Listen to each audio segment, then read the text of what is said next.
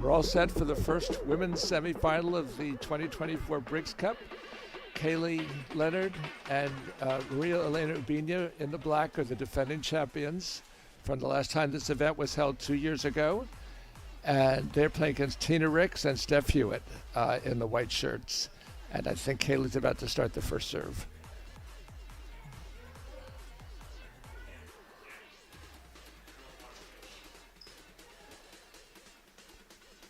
Okay, here we go.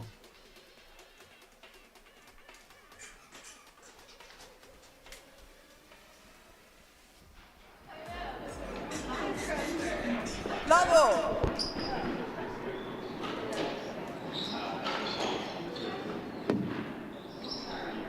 That on the first point, there was a little bit of an overhit, and Maria Elena didn't want to hit Steph. So we're still at love all, Kaylee to serve. How you doing? Good. Here, step in my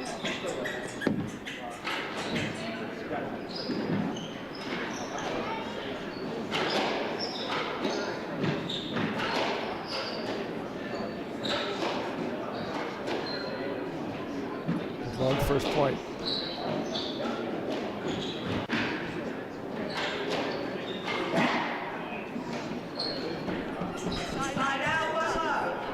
Tinned by Kaylee Leonard on a volley to the front right.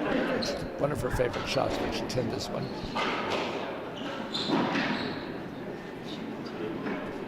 Tina Ricks hits a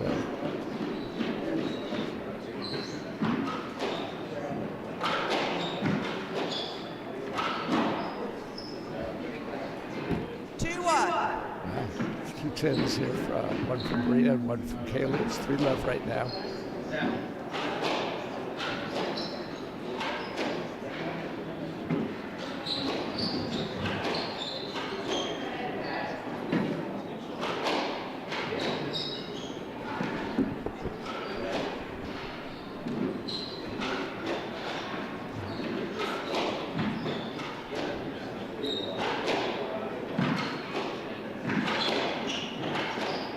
Good shot. 3-1, left side. Oh, where many? How'd you do? Last night? Oh, you clear. I'm not the last match, 5. Yeah.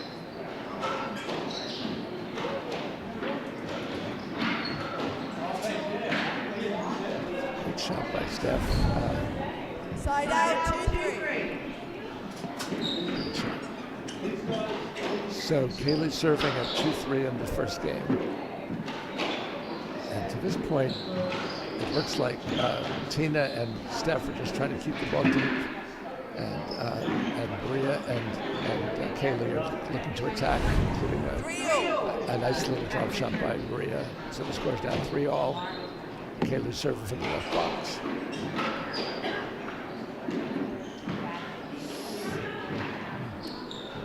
Drop shot by Tina. 3-4, right side. She caught Maria leaning back a little bit. 3-4 in the first game. Ubiña serving.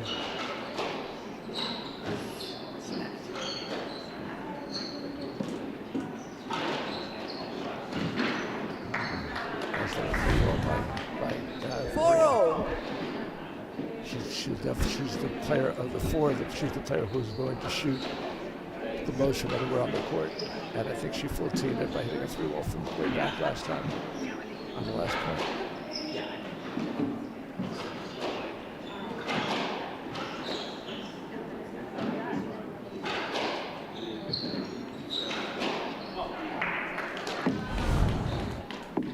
Side out, 5-4. Tina just hit a backhand cross-court drop shot from the back wall.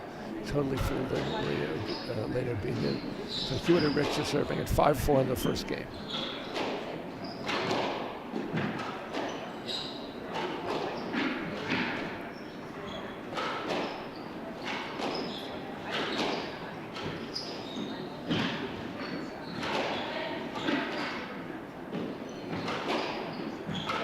Good all-court point. Very good defense by Kaylee and Maria.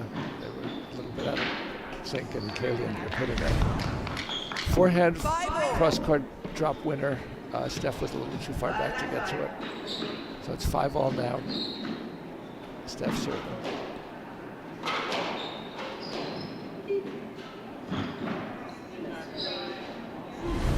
Side out, 6-5. Maria's very, very late in her swing. She could hit a little cross-court drops, and Tina never saw that one. But 6-5 is the first lead of the game for Ubinia and Leonard.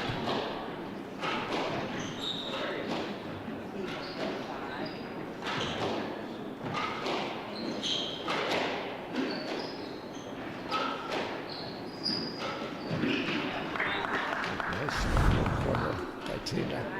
6-4. Excellent shot.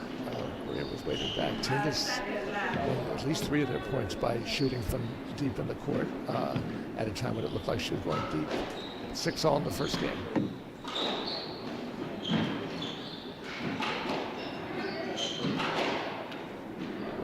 Maria just hit a forehand cross court that Tina couldn't steer off the sidewall. So it's now 7-6.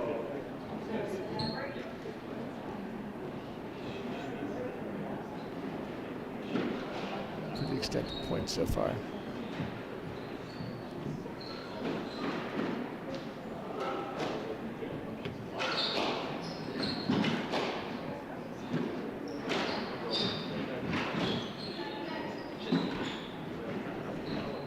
A little bit of a miscommunication there with Steph and Tina. They are playing. They're their first-time partners. They've not played many tournaments before this one, and they won their first 2 matches both through straight. In fact, neither team's come close to losing a game yet. Tina just had a backhand reverse, and Tina is now 9-6.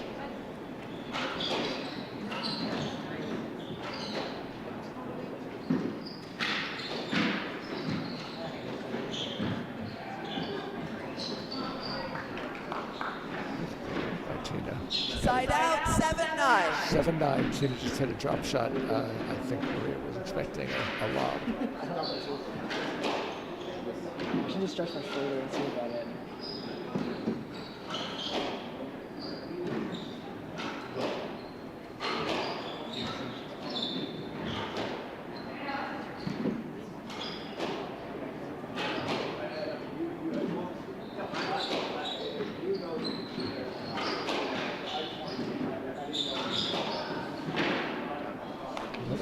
This is the third time that Tina's hit a 8-7, left side. backhand cross drop from the back wall, and is not looking for it. It's now up to 8-9. Tina serving to Maria.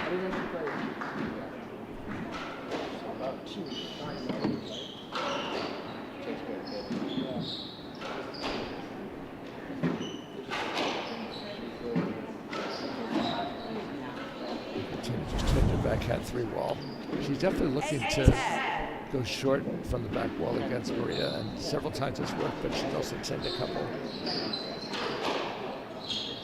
10-8 right now. Leonard just hit a good 3-wall, but Steph got it. 9-10. And Steph just hit a really good reverse corner off balance. Down only by 1 point now, 10-9.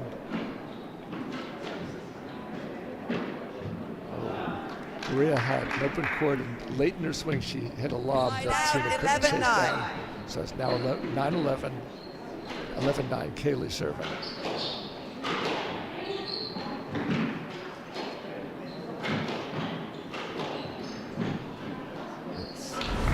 Steph hit a really good reverse corner. That's her best shot, and Kaylee and Maria really need to try to keep her from being able to hit that, especially off the ground. That's really the best shot that Steph has.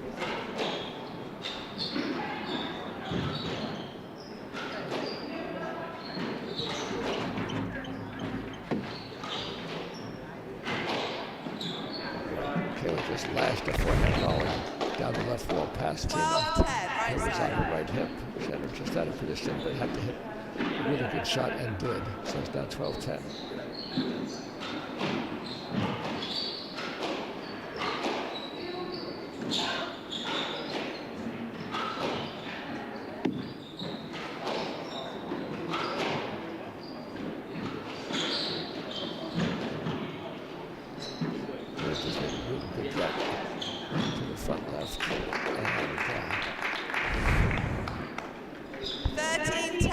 hit a ball that Tina just got her racket up but couldn't steer it over. So it's 13-10 now.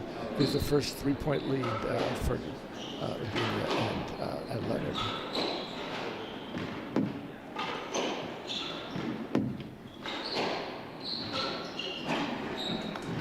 Tina tried to lovely backhand roll corner from deep in the court, but just caught the top of the tin. She had several winners on that earlier in the game, but she's 10 to few now. It's now 14-10.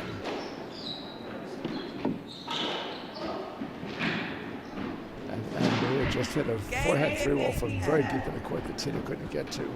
So the score is 15-10, and that was from 10 all. We'll be back to you in a couple of minutes.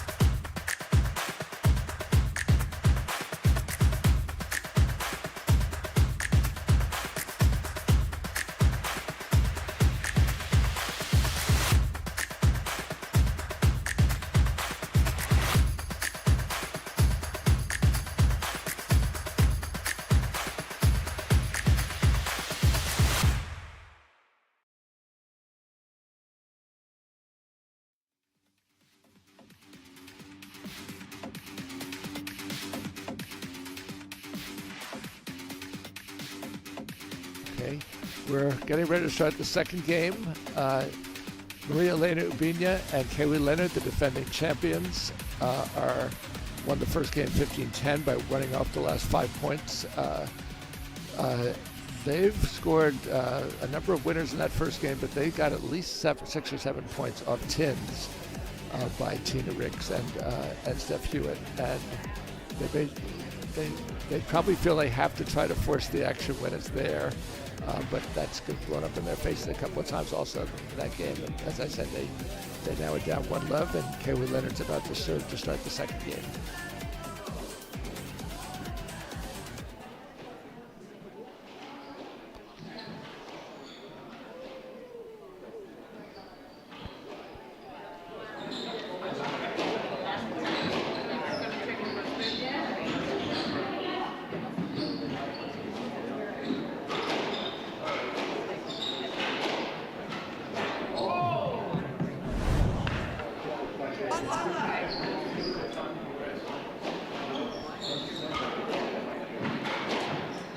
Just tried a backhand volley at the end of it had been a conservative point. That was a tough shot to try that and shoot the tin, but Steph is now hit a very nice drop shot. I think Maria was looking for a reverse, and instead it was a shallow drop for a winner. So Steph is serving. It's 1-all now, and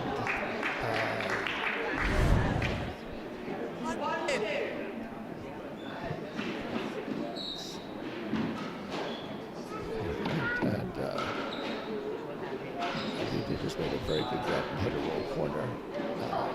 But now she just hit it.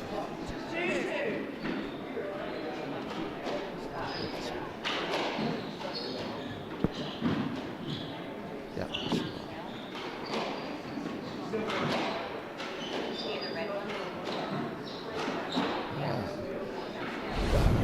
Tina just got to her shot that Maria hit, but she lost it a little bit along the left wall, and so it's now 3-2 for Ubinia and Leonard. Steph just hit a good drop shot, but Maria got to it.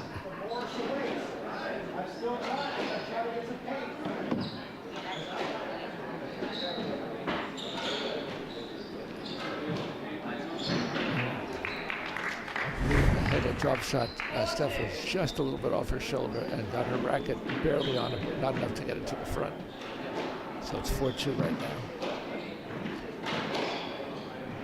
And now Maria hit a nice forehand drive down the right wall that Steph was at, but it stuck too close to the wall for her to steer it off. It's 5-2.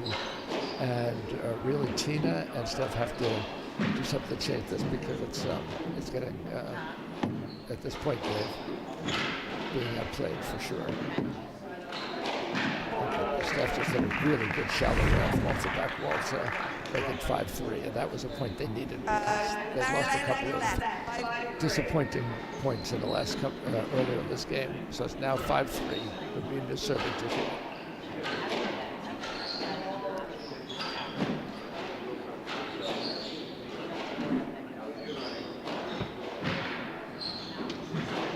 Leonard just hit a forehand drop off the back wall that Tina saw too late. I think she was leaning back for something deeper. It is now 6-3. Being the serving for the right wall.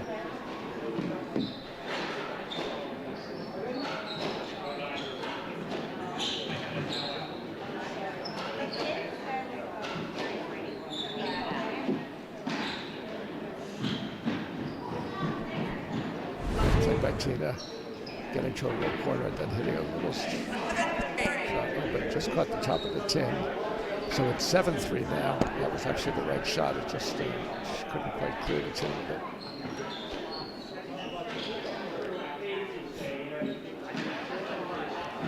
Another shallow winner by Rubin. She's hit. This now her third really shallow, essentially rail drop shot from the back wall that has been a winner. The ball's dying pretty close to the front wall, and I think that Ricks and Hewitt have to move up to get these balls back because Rubin is hitting them very sharply, and she just nicked a forehand cross drop on a volley, so it is 9-3. She is of the four the most dangerous shot maker, and at this point she's feeling confident, and her team has the lead, and that's when she can become very dangerous. She's hit most of the winners this game. 10-3. And now Ricks hit a ball that hit the ceiling. It's 10-3. Rubin and Leonard are basically running away with this game at this point. They've won 8 of the last 9 points. Side out, 4-10. Kelly finally hit a tin, so Ricks is serving with her team down 10-4.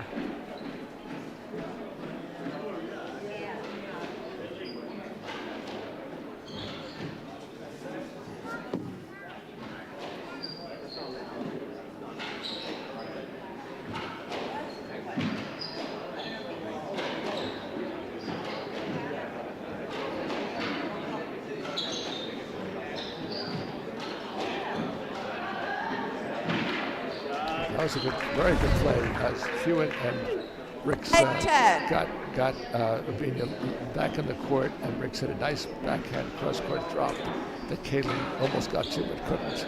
So it's now 5-10. That's really their best chance is to just try to open up the court as opposed to going for winners right away.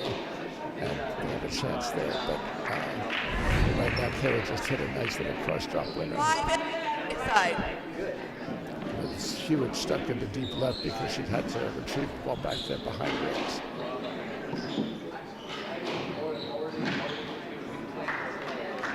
Just tried another drop shot, but Side out, 12-5. But Rubin was there early and hit a drop shot just over the 10 for 12-5.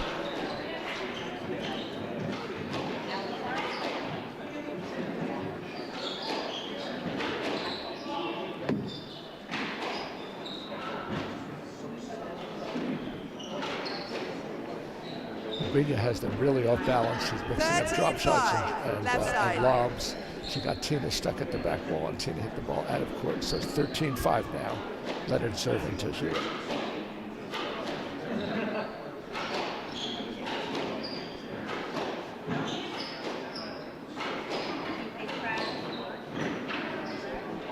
Rubin just hit another volley really sharp volley that died in front. They've hit a lot of winners this game in front of Hewitt and Riggs. That's 14-5, and Tina just claimed a drop shot. Serve return for 15-5, so it's 15-10, 15-5. And this match is not going to last much longer unless Hewitt and Riggs play much better and play much more aggressively in terms of staying further up in the court and cutting balls off. Back to you in a couple of minutes.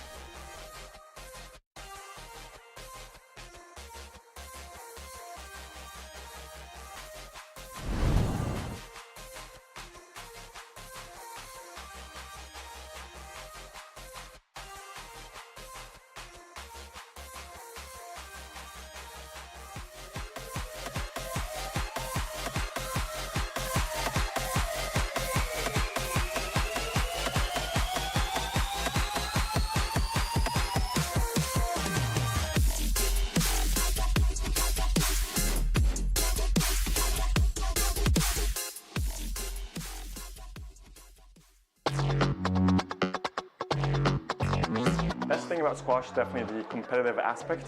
Even though there's no physical contact, at times it does feel like you're almost like boxing with your opponent, but it's all mental. The combination of the competitive side of things and the social side. The people. It's really fun to go to tournaments and hang out with all my friends. Best thing about squash is getting to stay fit and play an enjoyable game and meet new friends on the tour. The best thing is the accountability that it gives you, because you have to be consistently training or else you're not going to play very well. Traveling.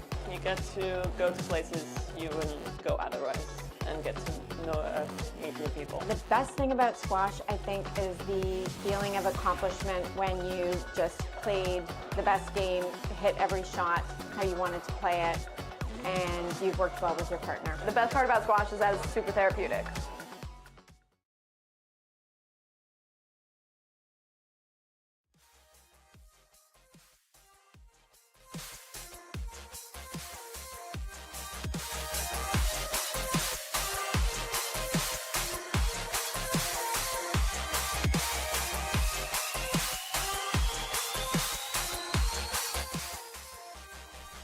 Okay, we're about to start game 3.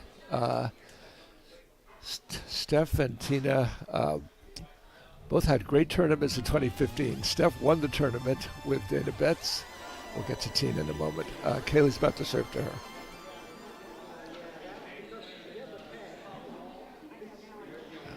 Side out, one A rare unforced 10 on her first volley off Riggs' serve return. So it's 1 love.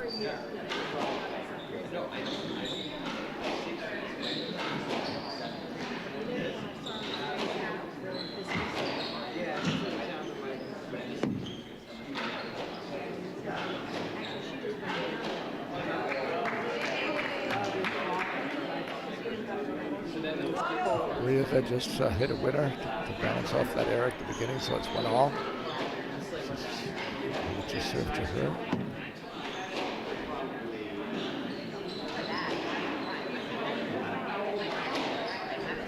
Okay, there's a let. Very few lets this match. There was one on the very first point, and I think this is the first one since then. So it's still 1-all.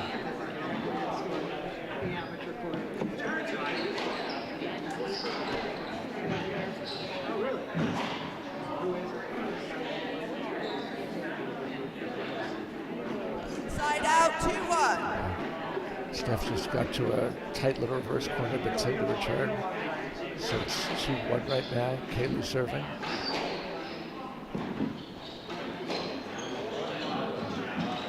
Kaylee just made a good get back.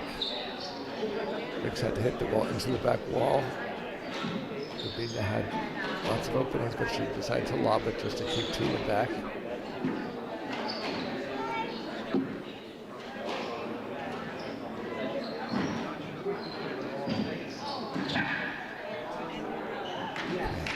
Hewitt made a good get on the front right and hit a lob that Kaylee couldn't quite handle and back in the back left. So it's 2-all right now. Rubina serving. And Steph hit a really good shallow forehand ball. Out, 3-2. Forehand, shallow rail from there. Exactly the kind of shot that's actually been hit against her several times in the first 2 games. So they're ahead 3-2, and they're playing better than they were in the second game. And Ricks just hit a nice reverse corner winner. That's the first of those she's hit this game. 4-2.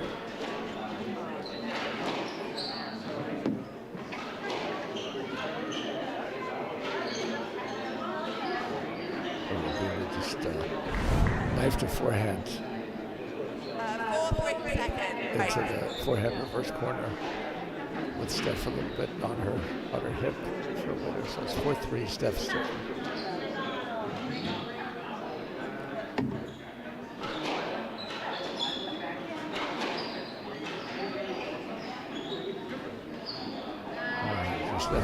Sabina had an opening, and it looked like she was going to lob it. Tina floated back, and then Finn said she would cross drop winner by 10 feet. And I think there's a let here, so it's 4-all. Kaylee serving.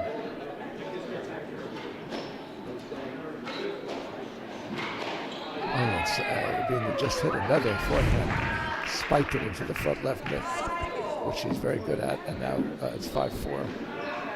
She's hit a combination of reverses and cross drops that have been dead winners early this game.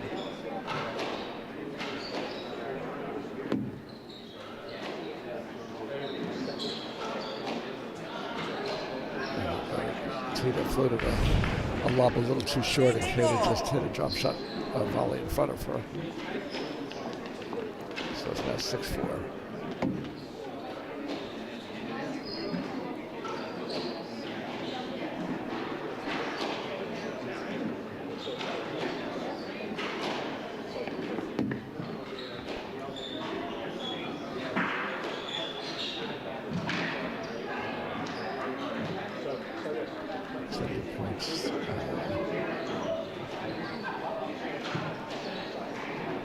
This is the most all-court point of the match so far.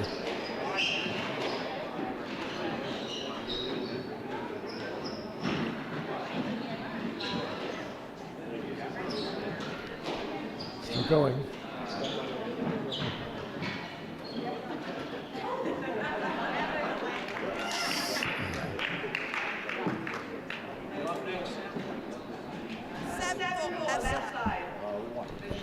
It finally ended with, that was the best point of the match.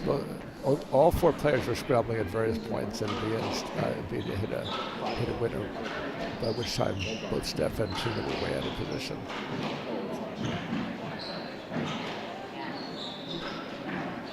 Steph overhit her first corner. That Benjamini could hit a roll corner because Ricks was late in the point. Steph's very good at making that shot sit down, but this one she overhit, and it left for an easy winner for Maria.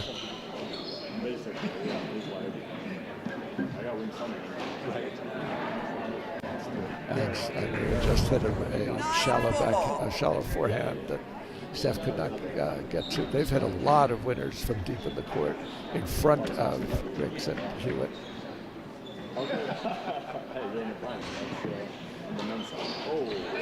Steph just hit exactly that shot against Maria to make it 9-5.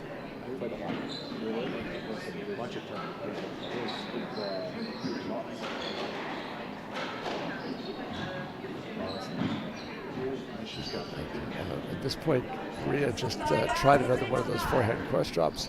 This time Tina was up on it and managed to hit a winner before Kaylee Leonard could react. So it's 6-9, Rick serving to Leonard.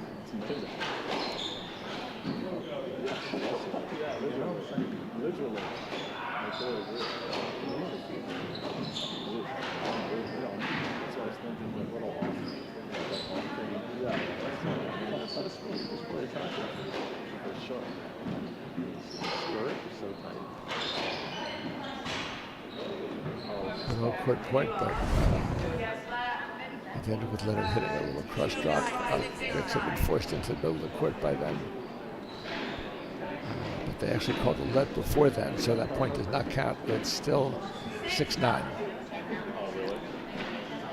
I think Maria called the let before Kaylee hit the ball.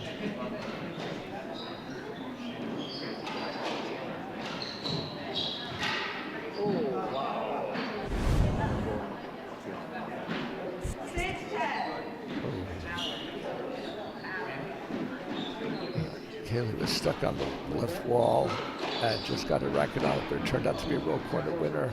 And then Ricks tipped an open reverse corner. So that makes it 11-6. That was a very fortunate point that Kaylee hit, and that was sort of a 2-point play because I think Ricks' chin right after that was sort of a reaction. And then Ricks tried a backhand drop off the back wall. And tipped it.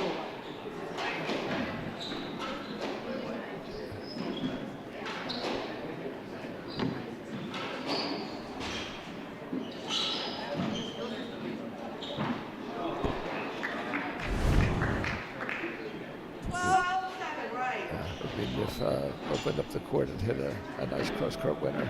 So it's 12-7 now. Bina serving to Ricks.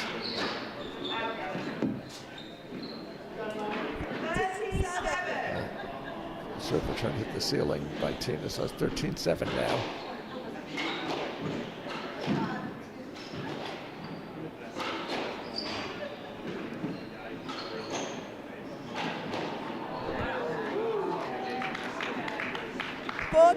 Kelly just hit, Kaylee Leonard just hit a really nice forehand volley, but this match is only has a point or two to go. And it ended with Leonard hitting a forehand three-wall winner from off the back wall, 15-10, 15-5, 15-7. This was a dominant semifinal that put Zerbina and Leonard into the final. Again, they won this championship last year as well, and Kaylee, in fact, won the championship the year before. The previous time it was held was Susie Pierpont in 2019. So they are in through to the final with a very, very dominant, rather brief half an hour or so semifinal victory over Leonard, over Hewitt and Ricks. We're good for now. We'll be back before long with the top half men's semi.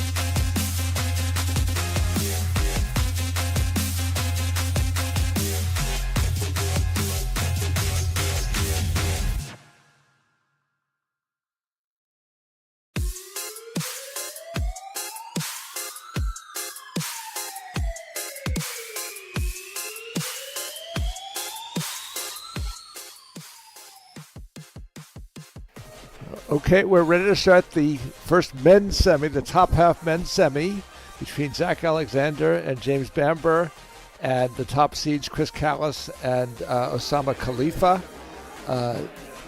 Khalifa and Callis had not played any tournaments this year before the Sleepy Hollow Open in late November, and they had to default after one round there because Chris Callis hurt his back in the first round. They were the number one team and the team of the year last year and won the Kellner Cup Championship last spring, which is to determine the number one ranking. They beat Scott Arnold and James Stout, who will be playing in the second men's semi. Stout and Arnold are playing in their first tournament together this year also. For various reasons, Stout had to miss some events in the fall. So, and in the meantime, Bamber and Alexander have won the Sleepy Hollow Open. They got to the finals of the Big Apple Open. They've had a very good fall. This is going to be the first really important match in terms of the top teams and the eventual number one team ranking. So Callis won the Briggs Cup in 2019 with Manik Mather. He couldn't play in 2022 because it happened to coincide with his honeymoon. And Osama Khalifa lost in the quarters with Carl Martino. So this is their first time playing together in an important tournament this year. And Callis has just made the opening serve to Zach Alexander. His partner is James Bamber. Side out, 1 love. Alexander just hit a nice little drop shot winner in front of Khalifa, so Bamber serving at 1 love.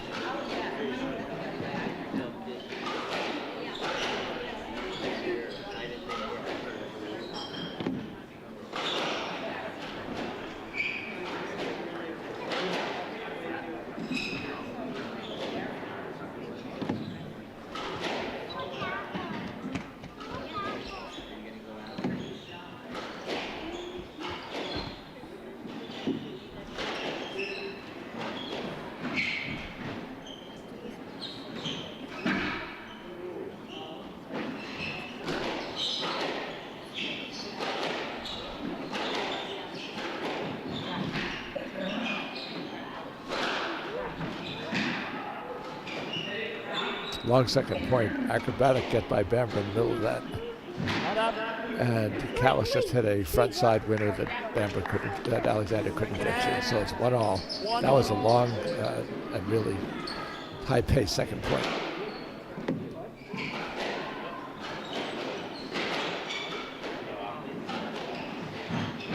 Bamber just made a really good get off a tight Callis reverse corner.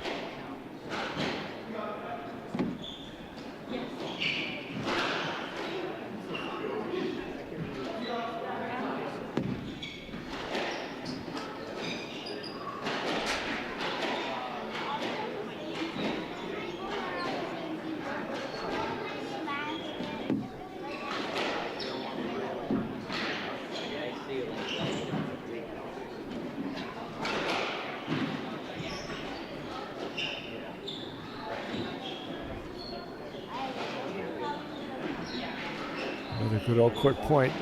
Callis had lots of options, but instead lobbed it, so the point is continuing.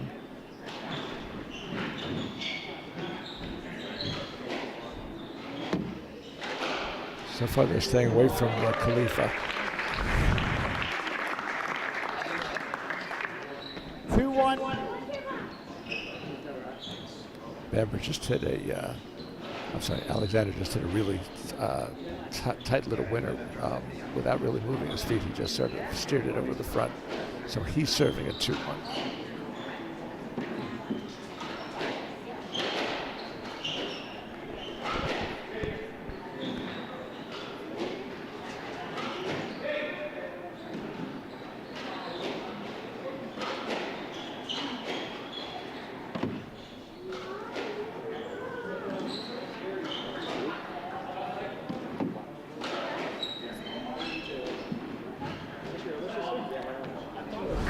Cross drop by Alexander there, which Callis couldn't quite get to. They're mostly staying away from Khalifa, and that also might partly be to see if Callis is fully recovered in terms of his back, although he seems fine. He seems flexible and moving well.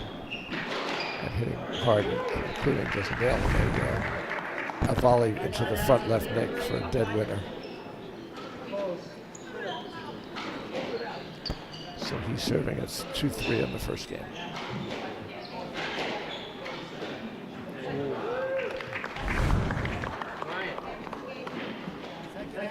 Callis and Bamber, Callis and Alexander have had a number of cross-court exchanges and sort of have taken turns hitting winner. Alexander just hit a really nice backhand cross-nick winner. So Khalifa's serving at 2-4 in the first game.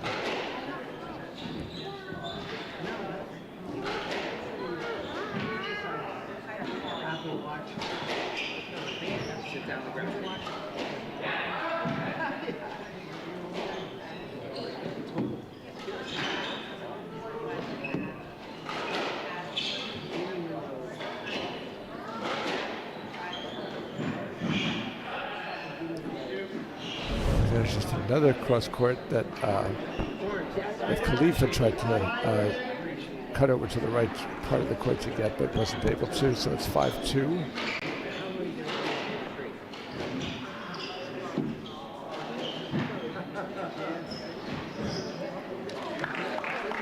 Bamber just had a nice sort of look-away roll corner.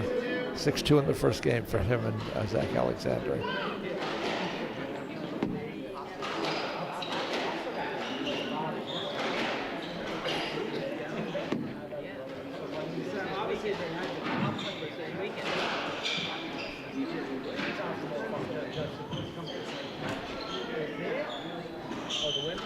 Good cat and mouse exchange at the front with Alexander and Callis, but the point is continuing.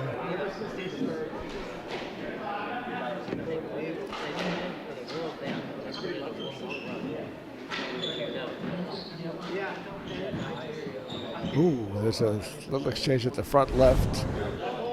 I'm not sure what they're going to call. Khalifa definitely would have gotten to it.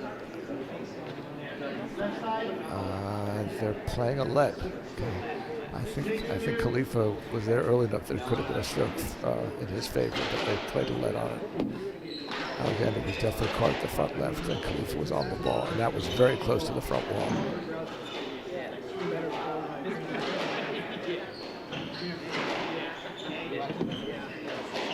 That's just trying to Philadelphia, but Bamber was able to chase it down, and the point is continuing. There's some good exchanges here.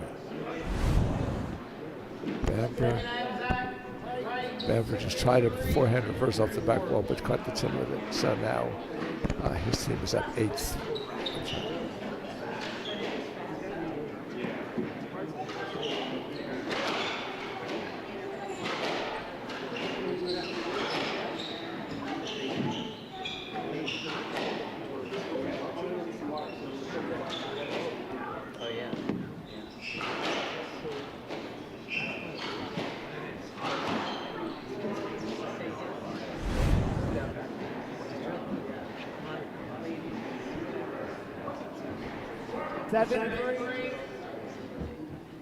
Okay, so Callis just tinned an overhand a volley, and he's now returning serve with his team down 7-3.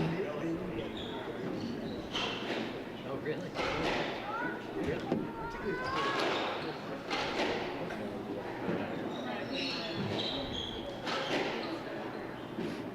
Bamber's mostly swinging away. Alexander's more lobbing it, but he's getting very good height and depth on his lobs, and he's keeping Callis from having a good open swing at the ball. And he just hit a high backhand cross court into the front right nick, which he's now done 3 times this game. His team is at 8-3 in the first game, and they've definitely earned their way to this lead. They've been outplaying Khalifa and Callis so far.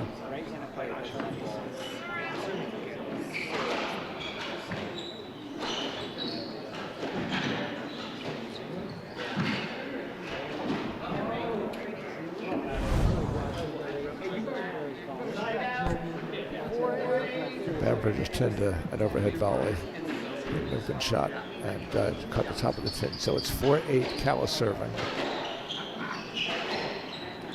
Ooh, there's a misdirection shot, and They gave him a lead.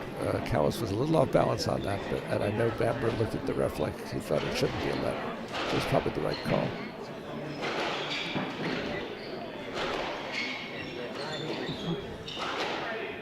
Callis is snapping the ball off with a little more authority now than in the first couple of points. Just very tough to get it over Alexander. He's very good at reaching way up on his backhand side and volleying it, and sometimes will do something on offense with it as well, even though it looks like it's a defensive position. We just tried a drop shot. Calif. Oh, they called another leg. That looked to me like it could have been a stroke. Khalifa was caught there, and Bamber was right on his back, and the ball was pretty loose at the front. But anyway, they've at least been consistent both times. They could have been a stroke, but they called the let. Callis just hit a volley cross-guard drop winner in front of Bamber. So it's now 5-8 in the first game. Very few tins so far, only one or two. Everything else has been a winner.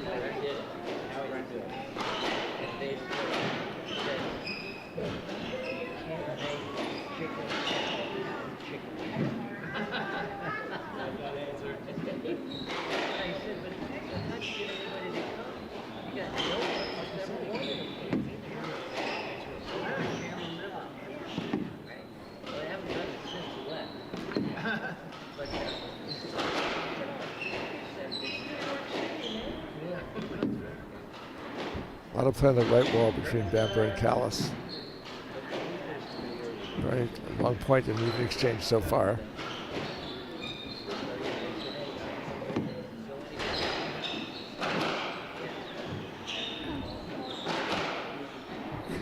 Khalifa started to swing away. He hasn't had that many chances to swing at the ball, and the few times he has, he's been very, very aggressive with it.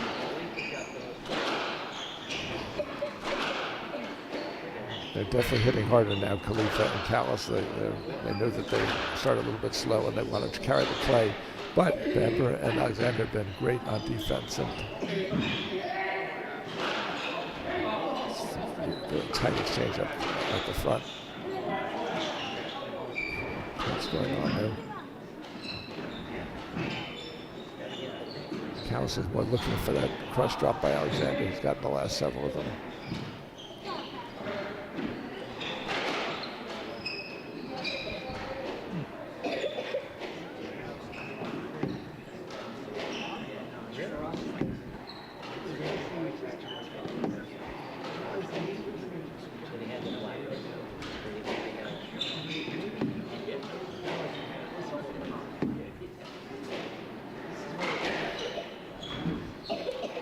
Point so far. And they've heated this ball up so much that they're having trouble laying it down. And several good short shots that have gotten back because they've carried a little further into the court. Khalifa is really stepping into his backhand.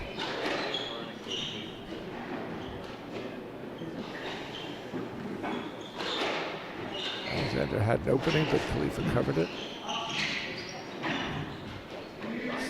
Really good stuff up to the front wall.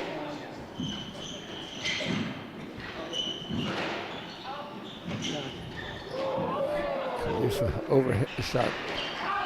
And Alexander got a great get by Bamber just now up front. And he returned his last up by hit into the side wall. And then dove for a ball. But Callis hit a late drop shot, and even though Bamber dove for it, he couldn't quite get it. Callis just made a sort of fist to accentuate the winner he just hit, and it just sort of typifies the fact I think that he and Osama are now much more into this match than they were in the first couple of points. They're down 5-8 in this first game, but the last several points they've been much livelier and more aggressive and more successful.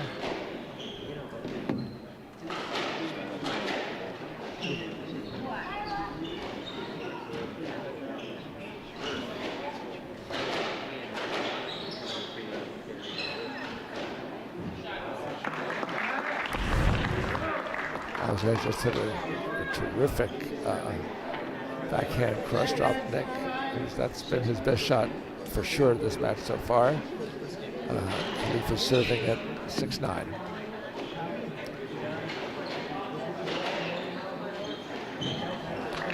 And Bamber just got up front and hit a nice little drop shot that Khalifa couldn't get to.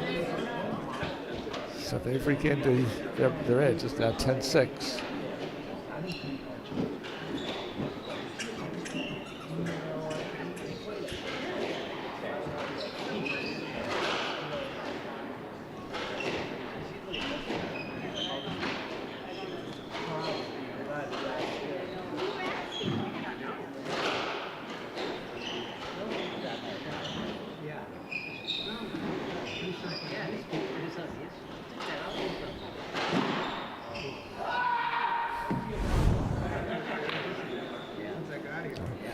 Callis just tried to muscle a forehand cross drop and caught the tin with it.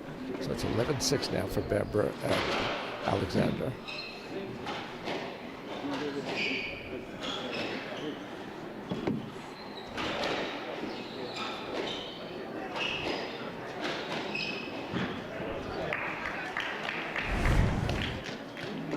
Callis just stabbed it first. It was so tight that even Bamber couldn't get to it.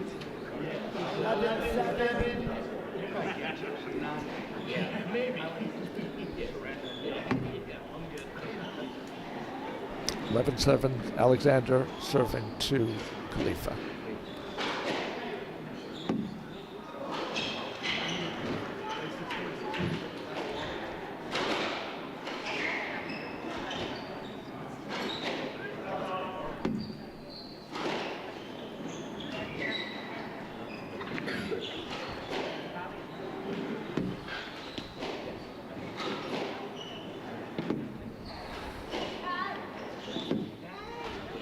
Right now, Bamber and Callis are trading lobs up the right wall.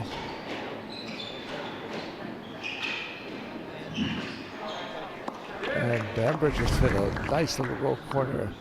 Khalifa was a little too far back. He's got a great first step and a great last step when he goes to the front left, but that was a little bit beyond even his reach. So it's now 12-7 in the first game.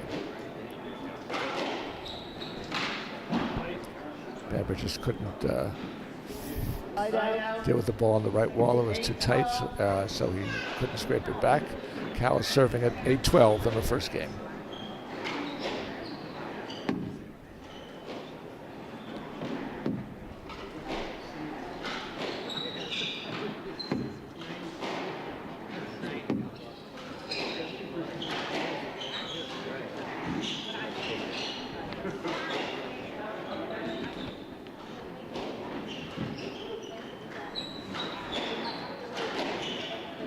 Oh, it was Bamber just changed direction. And they're playing let, I think, again. There have been several times there could have been either a no let or a stroke, and each time it's been a let when there's been close contact on some of these plays. Bamber just hit a front left nick. So it's 8-13. It looks like he and Alexander are pretty much home free this game.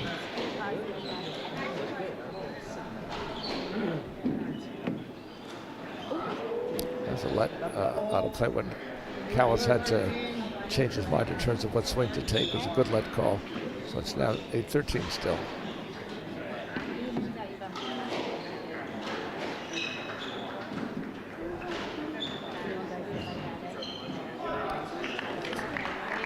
Callis just got to a attempt as Alexander 3-roll and hit a crush drop because Alexander hadn't followed it up fully. So it's now 9-13. Khalifa serving.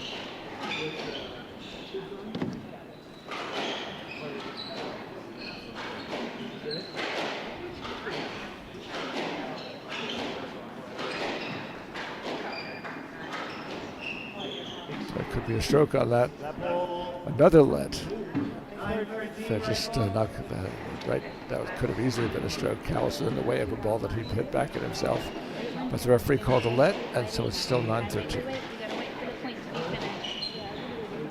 Almost the same play in reverse, and again a let, although that was much more clearly a let.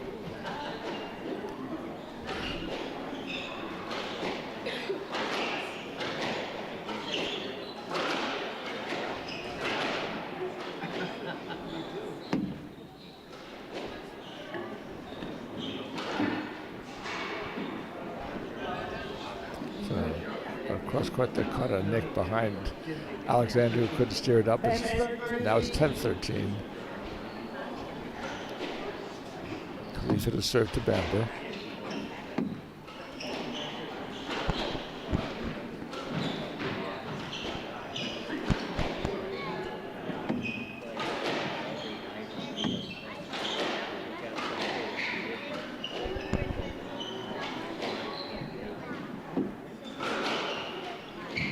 Oh, Khalifa hits a ball right down the middle, and Alexander hits a perfect forehand cross drop in front Side of out, Khalifa. 14-10 game ball. So it's got 14-10. That was an important point because they were starting to make it close.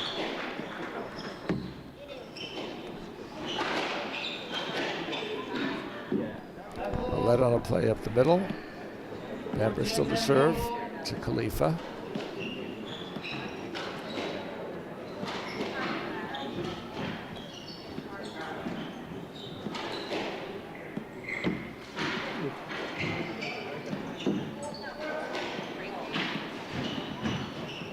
Bamber made a good cut across the court to get a cross drop with Alexander out of position and keep the point going. And on an open ball, Bamber then just slams a back and forehand cross court past Khalifa, who was stuck in front. That ended the game. He yelled, "Come on," after that. So they're psyched up. They won the first game. We'll be back for the second in a moment.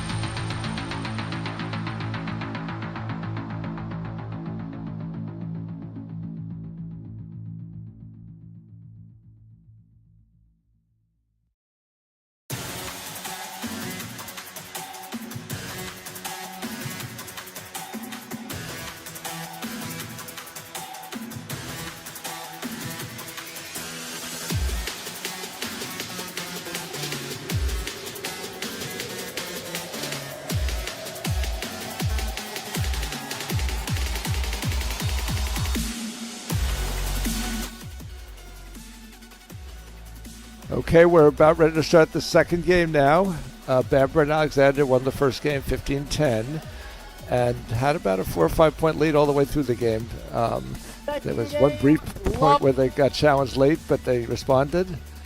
And we're about to start the second game.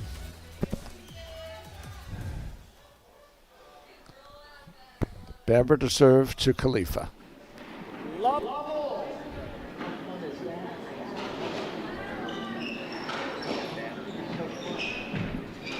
It'll be interesting to see if Callis and Khalifa make any kind of tactical change after they lost the first game, or they just feel they have to play a little bit better. They certainly started well. Callis spiked a forehand into the front left nick for a winner, and he's serving, but he's serving from the left box to Bamber rather than to Alexander, which he did when he came in the whole first game. Not sure why they made that change, but that was clearly something they decided beforehand that they were going to do.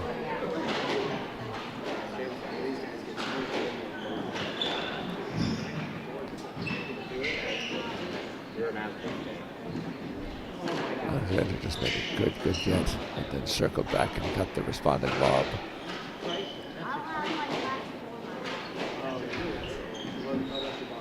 Khalifa from the back wall.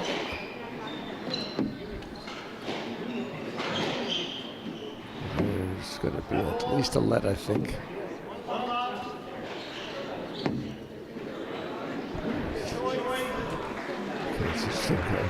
Chris almost served from the right box after that letter, but then realized that he decided to serve from the left box to a Bamber. He is allowed to switch boxes after a let if he wants to, but he stayed from the left box.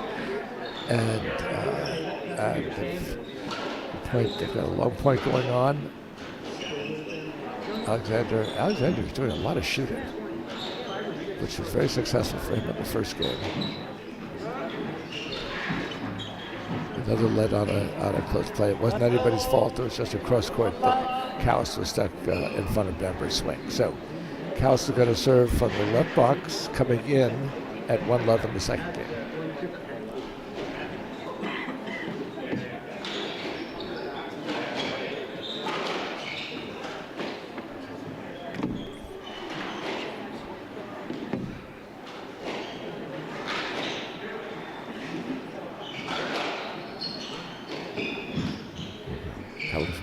Great depth that he can make with one or two of those giant strides of his, and he's got a tremendous stretch too. Good exchange up front, and it ended with Alexander hitting a cross drop winner in front of Callis. He's been alternating that with the high step beautifully this match so far. That's really been the difference in the match at this point. All four players just now had to make a really good get in the front wall. There was sort of a scramble point, which is now continuing. Bamber made a good get by hitting it into the back wall. Callis twice now this match, including just now, had all of his options and settled instead for a late lob, which is chasing Alexander back, but it's not winning the point.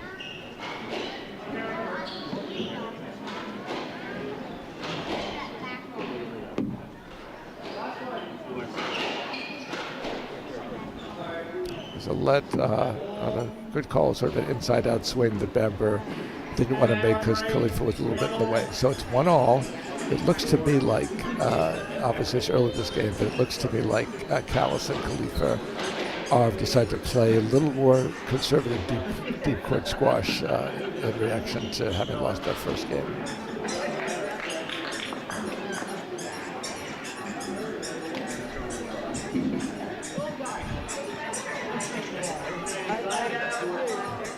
And now Bamber's coming in at 2-1, and he's serving from the left box to Callis. I have no doubt that that was in reaction to that Callis came in to serve from the left box to him. So I'm not quite sure if that's a little bit of a head game or what, but it wouldn't have happened if not for what Callis did to start when he came in to serve. So it's 2-1, Alexander and Bamber.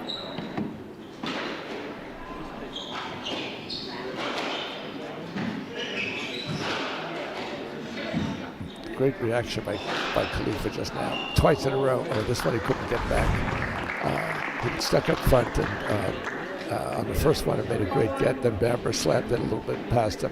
So Bamber serving at 3-1. And another Alexander cross-court drop winner for what? That shot has been the shot of the match so far. He had probably 5 winners on it in the first game and at least 3 so far this game. And he's been gobbling up that Callis' attempt to hit the same shot against him.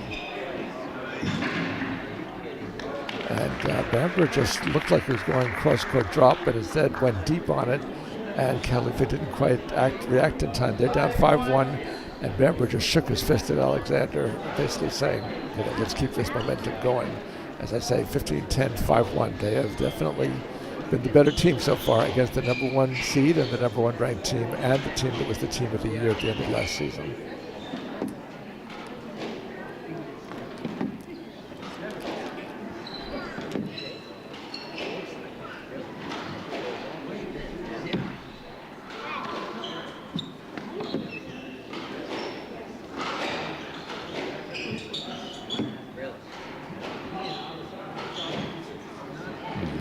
Like it could have been an Alexander cross court, but instead did a late lob. It kept the point going, but it also gave Callis something to think about.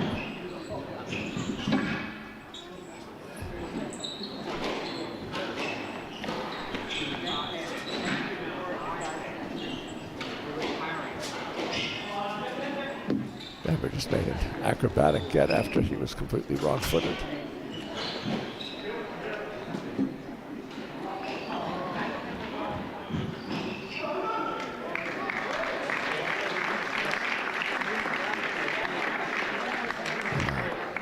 Khalifa just made a good get and cross drop, and that was probably his best winner of the match so far.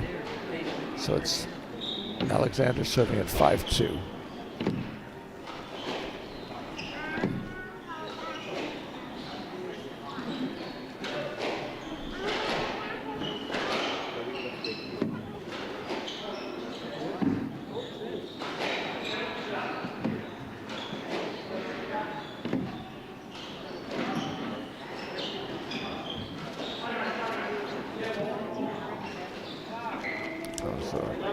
Khalifa was deep in the court and he's getting a let call, so Bamber serving again at 5-2.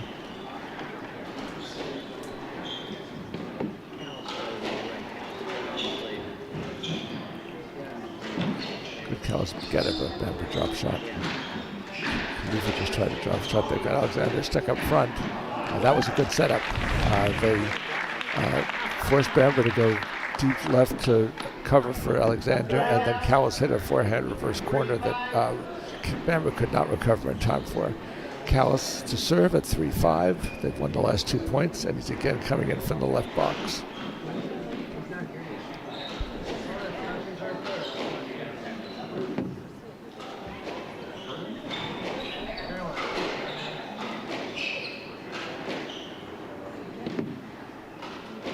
Been a lot of down the right wall play between Callis and Bamber. There's usually a cross court somewhere in there before this many times. They've got Bamber and Alexander on the run here, but now the points evened out a bit. Bamber had to make a really tough get in front of in the back left to keep the point going. They're a little bit scrambled, and there could be either a stroke or a let or no let. There was a tight exchange on the right wall, and it looks like they're calling. I'm not sure if it's actually they're giving. Now they're calling a let. No. They could call a stroke to Callis. That's the first time in those situations that the referee has not called a let. That was a perfectly good call, though. Bamber was caught in front of Callis. So it's 4-5 now from 1-5. Okay. A let call on a ball that Khalifa couldn't swing at. Callis serving.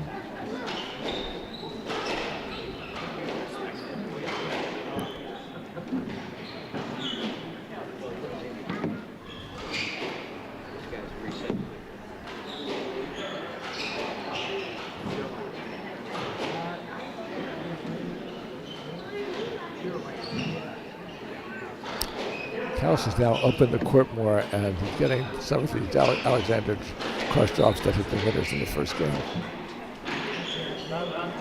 And Callis just hit another winner, so it's 5-all. And they definitely have some momentum now.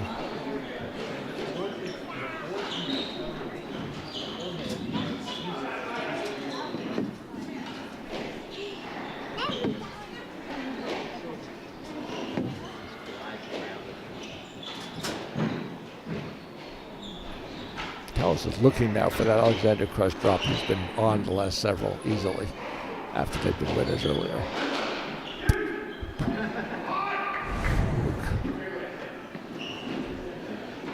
Ooh, they caught Bamber and Alexander by surprise. Bamber let the ball go thinking Alexander would be covering behind him, and Alexander did not move from the left wall because he thought Bamber was going to swing at it.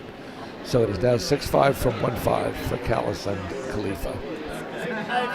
That was a real miscommunication between Bamber and Alexander. That's really the first time that's happened in this match so far.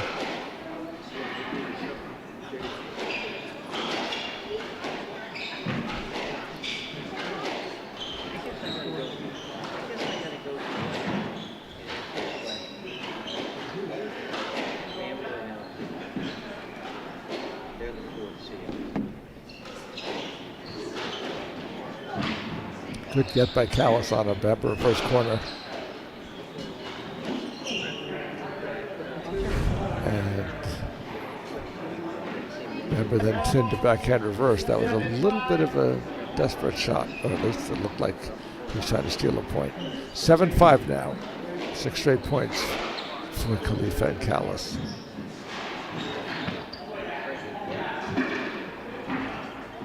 Khalifa made a good get until the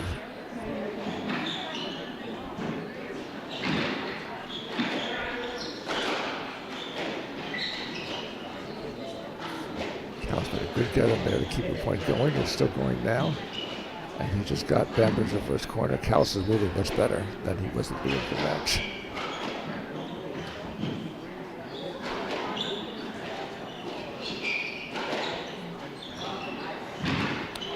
Great get by Callis, by Khalifa. He can really stretch out like better than anybody in the game.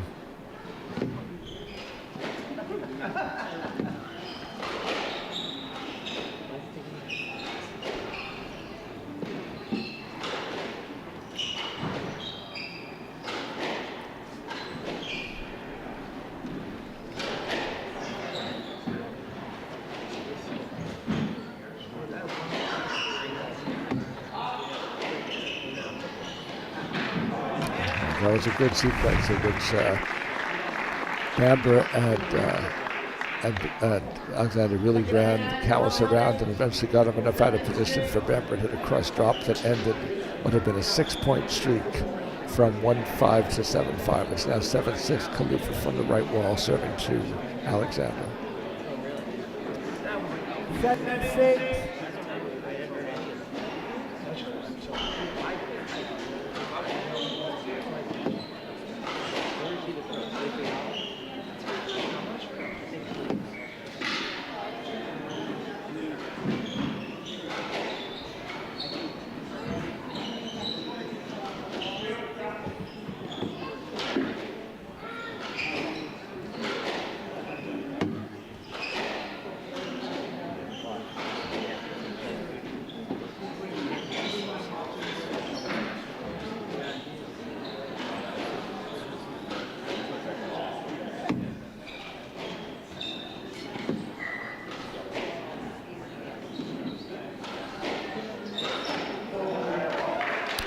Callis just spiked a forehand ball into the front left neck. And he and Khalifa fist bumped after that. That was a sort of a momentum shot. And now Khalifa's from the left box, I think. Yep, at 8-6.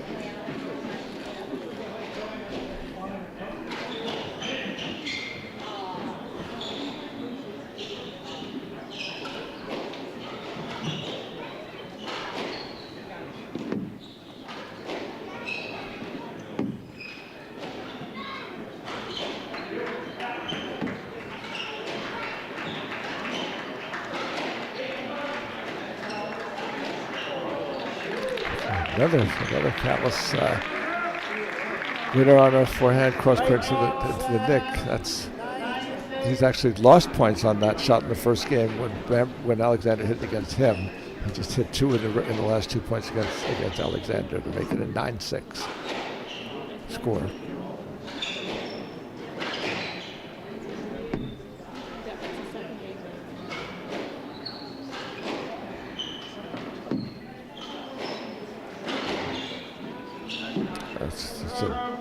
some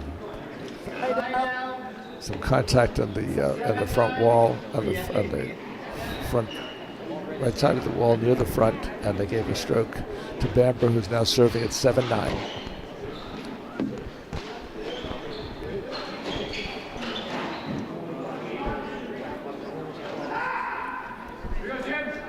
Khalifa just hit a winner. So Alexander's serving at 10-7. They look a little short of their energy right now, Alexander and Bamber. This long run in the second game has taken something out of them, I think. And the fact that Cowles is playing so much better. He's really been the difference in the second game so far.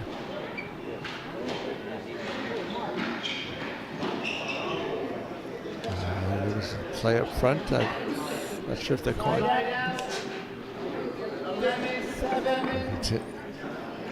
Tim did, and Cowles is coming in at 11-7.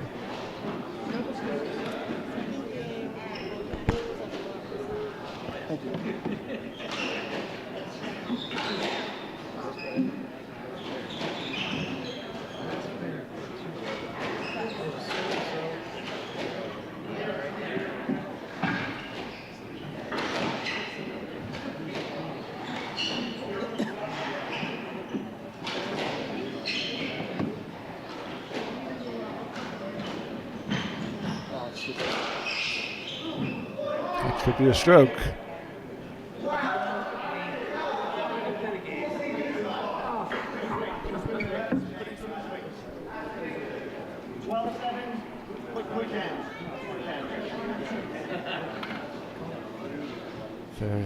Not quite sure what they called it. I think it's a stroke against Bamber. That was the right call. Bamber was stuck in front of Cowles on a ball hit back at himself. It happened very fast, but it was still a stroke situation. So it's 12-7 now, and that's from 1-5. So they've won 11 of the last 13 points.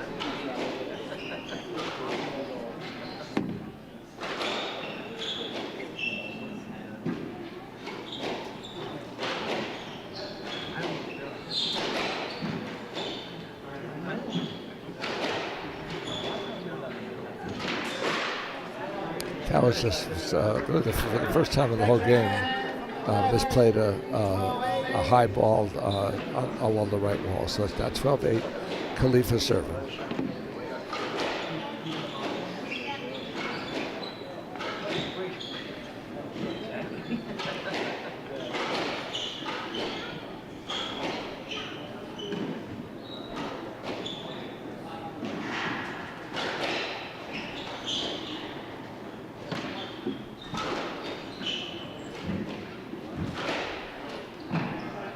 Great shot by Khalifa.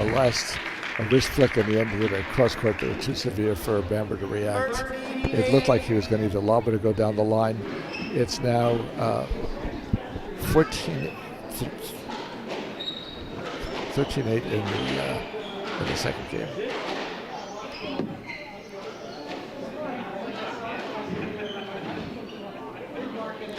Khalifa made an easy get on the front left. He then tinned a drop shot, but he had an opening. But he and Chris are still up. 13-9. Bamber to serve from the left box to Cowles.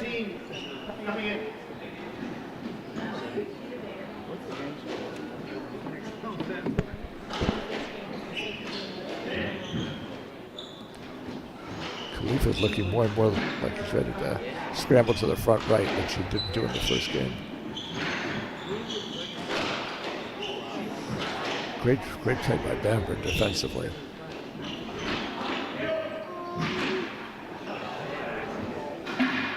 Cowles made a great get and lobbed it. Khalifa did and lobbed it so well that Alexander could not scrape it back into the back wall. It's now they're up now 14-9 to tie this match to the game apiece.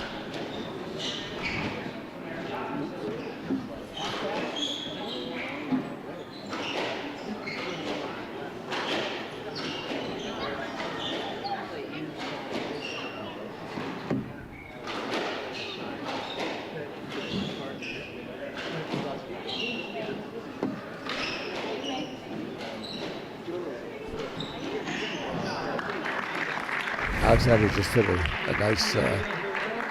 nice cross drop winner. Although it's been a while since that's happened. He's just snapping them off in the first game and the first part of the second game.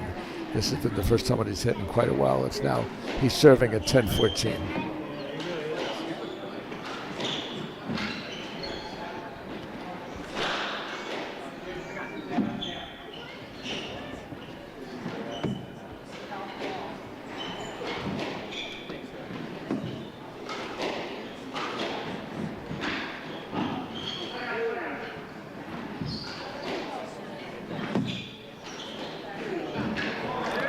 Bamber just had a really creative forehand reverse winner off the back wall, reverse corner winner off the back wall.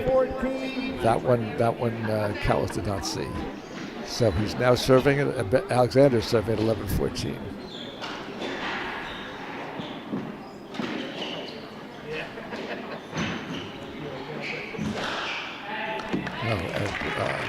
Khalifa just had a great forehand drop shot that Bamber barely got to. He was stuck up front, and Khalifa then slammed a backhand cross-court past him for the winner for 15-11.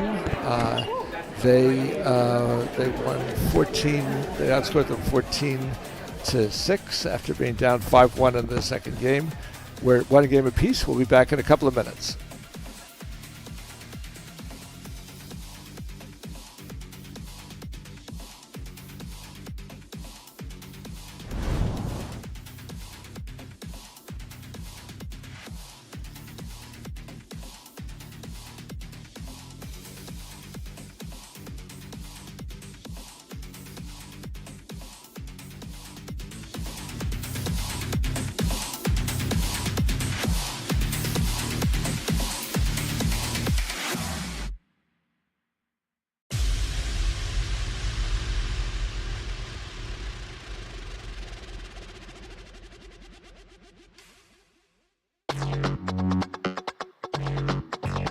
Best thing about squash, definitely the competitive aspect. Even though there's no physical contact, at times it does feel like you're almost like boxing with your opponent, but it's all mental. The combination of the competitive side of things and the social side. The people. We're really fun to go to tournaments and hang out with all my friends. Best thing about squash is getting to stay fit and play an enjoyable game and meet new friends on the tour. The best thing is the accountability that it gives you, because you have to be consistently training or else you're not going to play very well. Traveling. You get to go to places you wouldn't go otherwise and get to meet new people. The best thing about squash, I think, is the feeling of accomplishment when you just played the best game, hit every shot how you wanted to play it, and you've worked well with your partner. The best part about squash is that it's super therapeutic.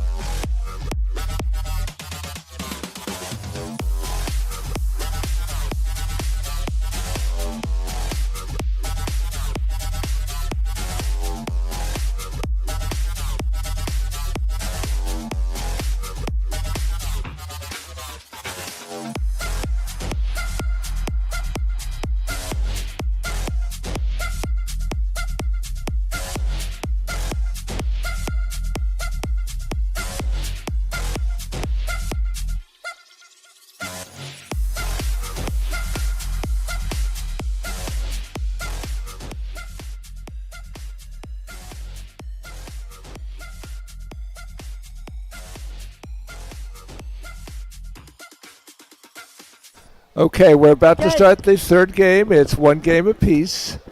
A very definitive comeback in the second game by Callis and Khalifa. And so they're coming into the third. It'll be interesting to see which box Callis serves from this game, because he came in from the left box in the second game, which I don't think I've ever seen him do before. Let's see what happens. Let's see what happens here in the third. He's right now on the right side, but nope, he's moving to the left box. So I guess that's what they're going to do for the rest of the match. Alexander didn't hit a bunch of service return winners in the first game. I'm a little surprised that they're making that change, but obviously they feel that's what they're going to do. So Callis to serve to start the third game.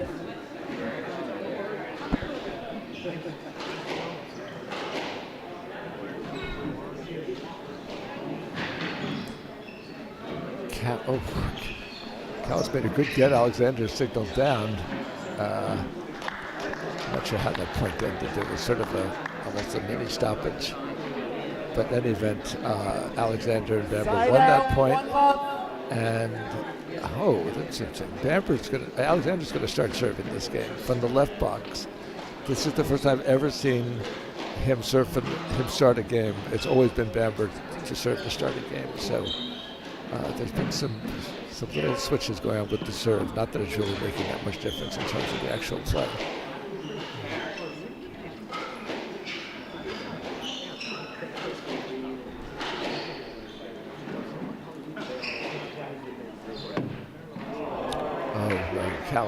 Khalifa just hit a ball that Bamber followed to the back and absolutely dead nicked and rolled. Bamber had a chance to volley it, but he was sure it was going to come well off the back ball. Instead, it hit the nick back there and left him nothing to swing at. So it's 1-1 now.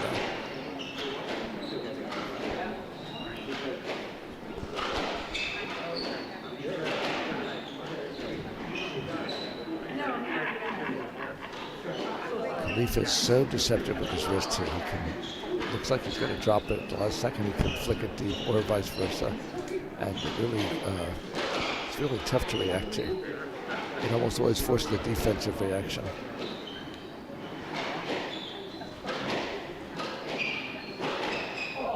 And Callis just stepped into it, nailed a forehand into the front left nick, which has been his best shot so far this match, and he's had more winners on it, so he's coming in at 2-1 from the left box.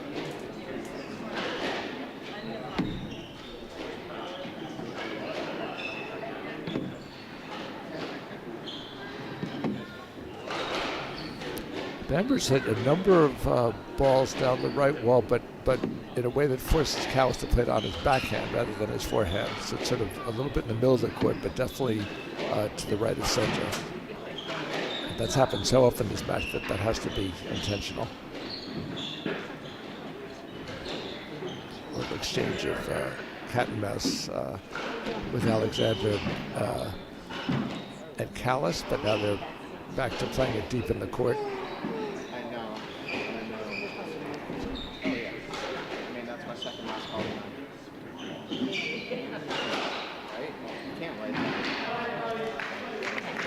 Bamber just hit a nice, was in front of Callis and hit a nice shallow backhand volley that Callis couldn't get to. As was true in the women's semi we saw earlier, the ball is holding, this floor is holding this ball down well. It's, I wouldn't call it a slow court, but it's certainly a court where if you hit the ball shallow, you get rewarded for doing so.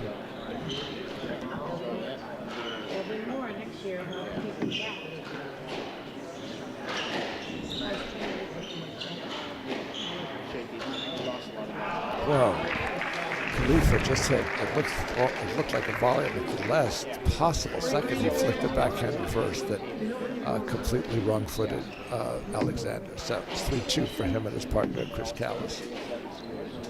It's probably the most creative shot of the match so far.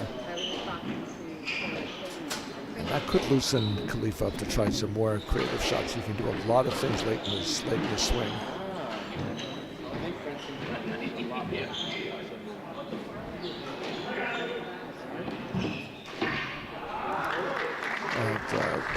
Alexander just hit a lob that was so well angled that it was over Callis, and Khalifa didn't have anything to swing out at the back wall. So it's 3-all in the second, in the third, and 1 game all.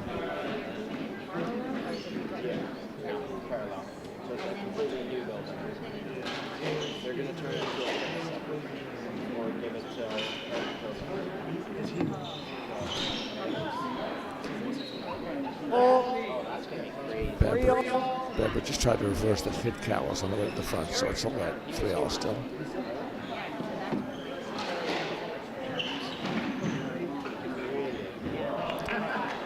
Callis Callis just had another, this one sort of more babied it than powered it. It was off the ground, not a volley, but it died in front of Alexander.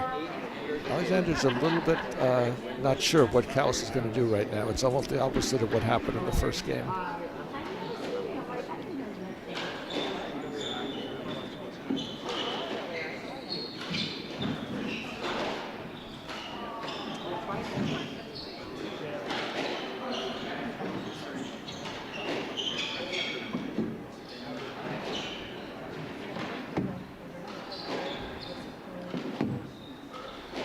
Exchange on the right wall with Bamber and Callis. And now Callis has gone cross court, but Alexander hit it back at him.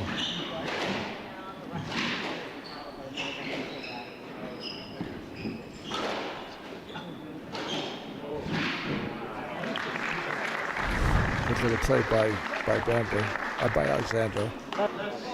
Another shallow winner right in front of Callis after a fairly long point that had Callis behind the red line. So it's now 4-all.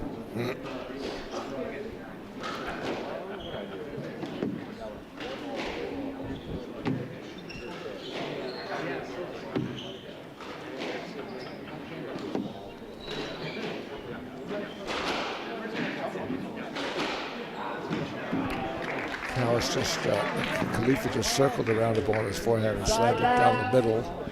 That's the first time either team has tried that, and it was a winner by 5 feet. Neither Bamber nor Alexander was expecting it or reacted to it. Callis serving at 5-4 in the third.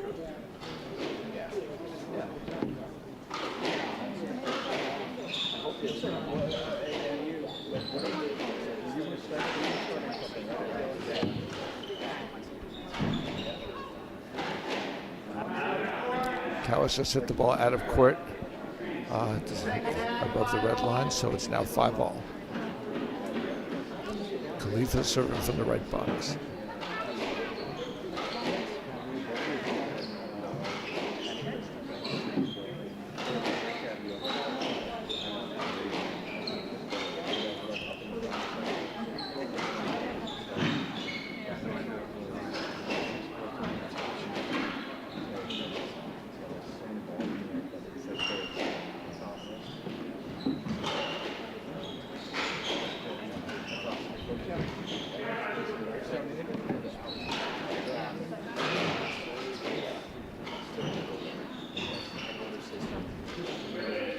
Good get by Alexander on a Callis cross court.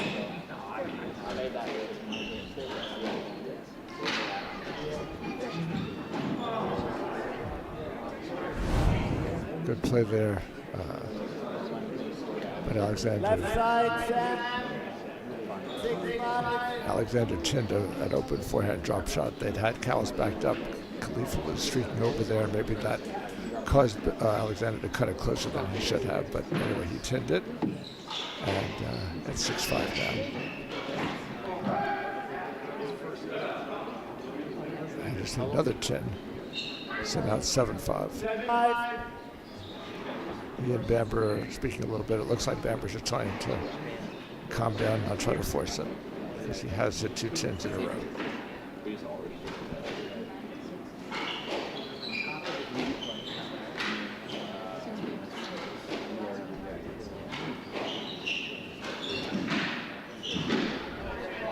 Backhand reverse corner by Khalifa. He did that earlier this game, and he's getting a great angle on it.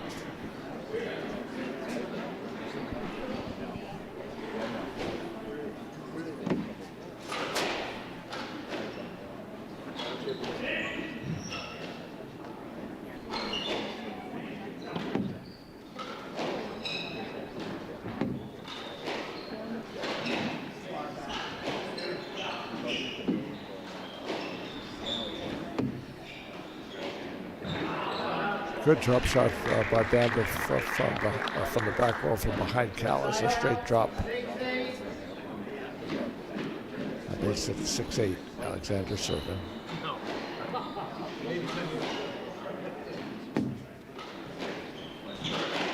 Oh, Callis just nailed Another forehand into the front left nick. He's hit about 4 of those this game. I mean, he's completely confident in that shot right now, and Alexander has other shots to worry about, and therefore hasn't reacted to them. But even if he had, and he just rolled another one. So now it's 10-6. 2 terrific forehand spike volleys by Callis into the front left nick.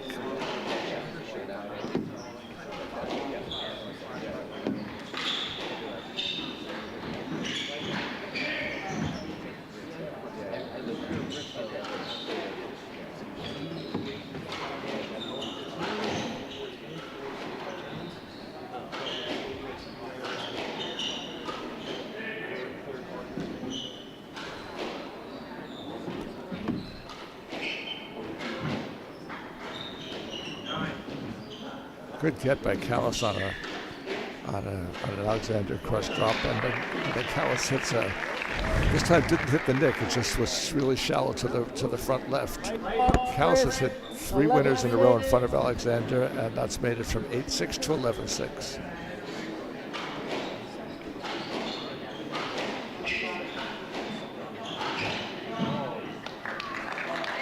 Bamber just hit a front left nick also. So it's 11-7 now. Khalifa from the left box.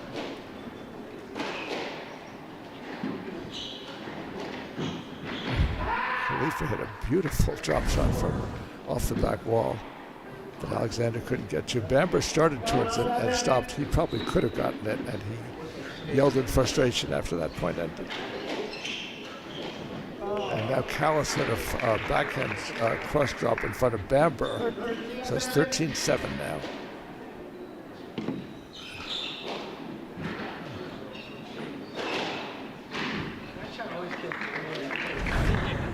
Alexander hit a winner, a nice shot. Bamber, Khalifa was caught leaning back a little bit, but it is 13-8, and they have, for the second game in a row, in mid-game, taken control of this game.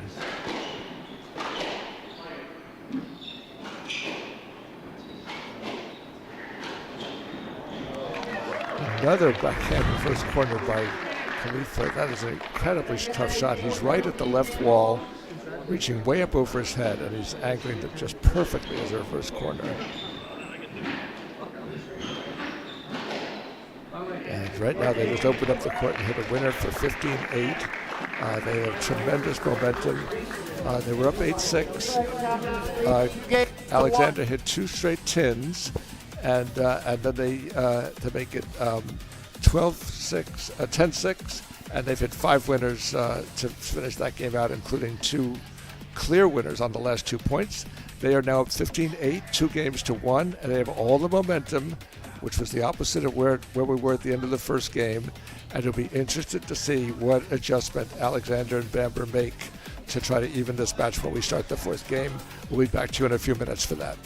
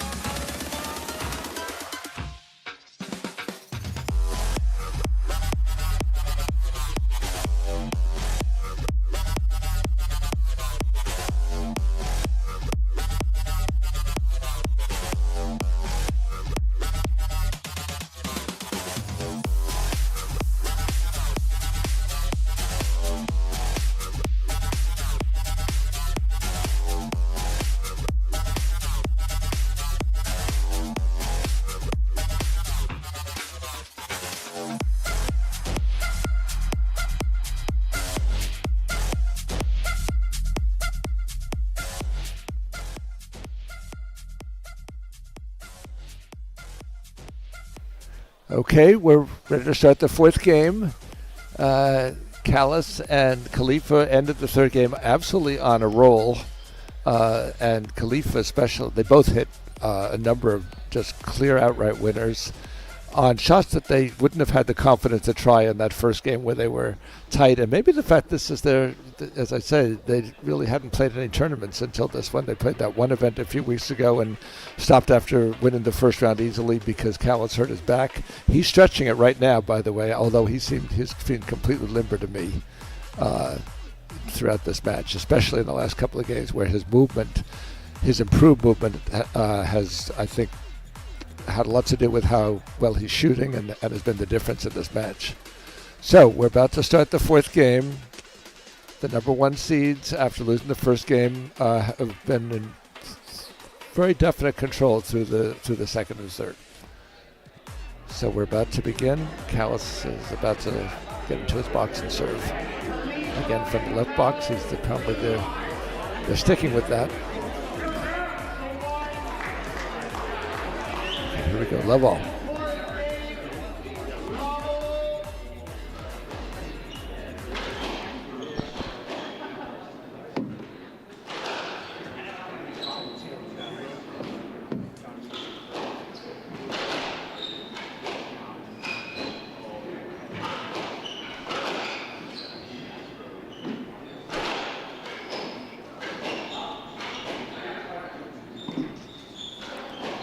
Good long first point.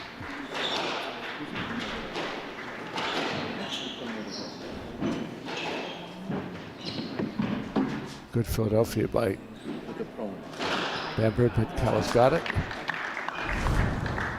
And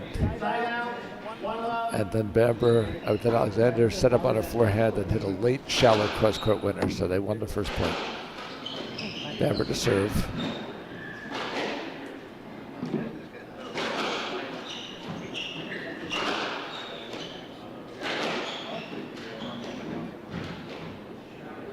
Callis is right on that drop shot this time, which he was seeing a little bit late in the first game.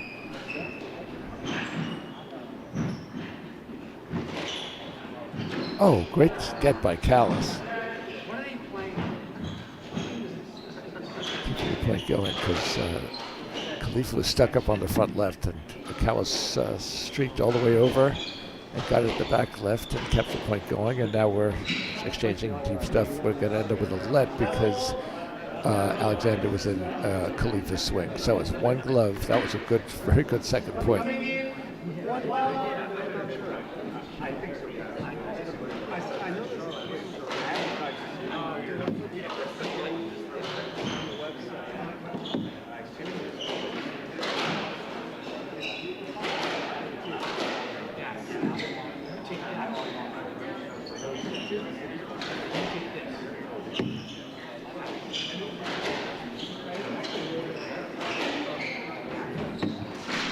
Good get by Callis again.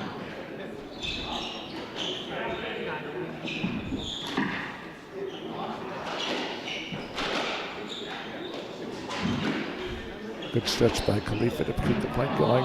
But Bamber then hits a reverse corner, so it's 2-love. And to this point, both of those have been on really good winners on the part. First of Alexander, then of Bamber. So it's 2-love right now. They started the fourth game awfully well.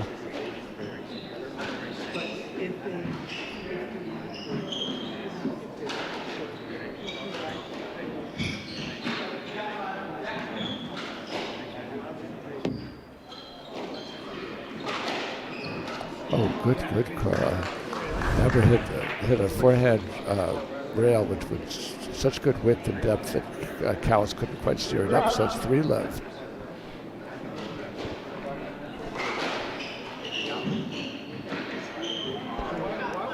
Callis then got up to a drop shot and hit a cross drop winner to make it 3-1.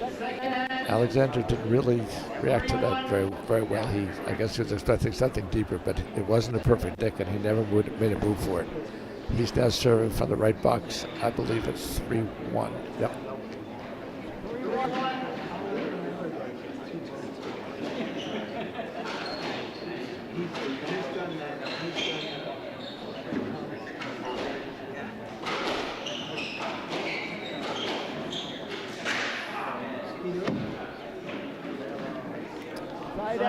Alexander just hit a shot out of court, so Callis is serving at 2-3.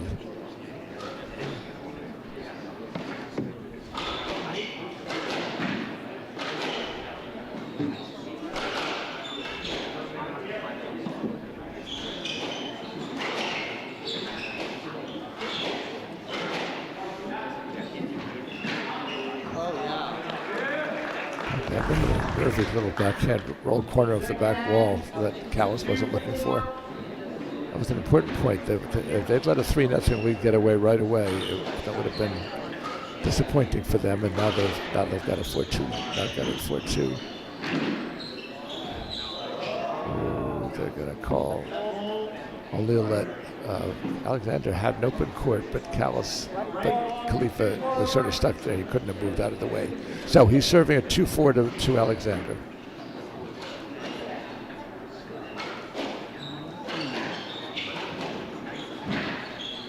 Good get, Mike.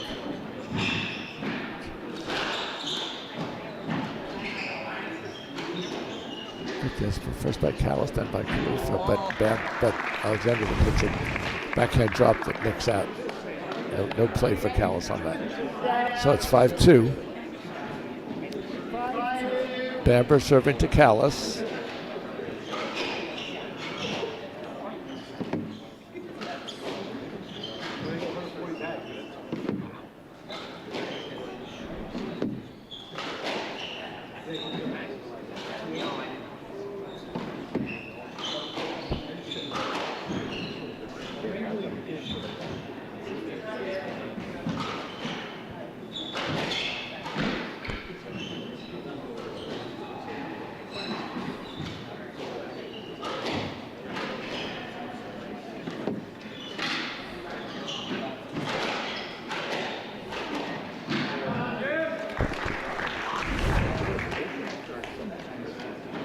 Bamber hit another tight little reverse. So it's 6-2 now. They've really started this fourth game very, very well.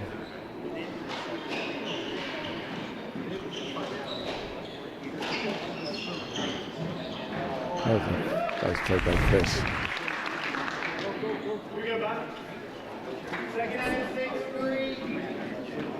He got to a Bamber reverse and hit a very shallow straight drop winner.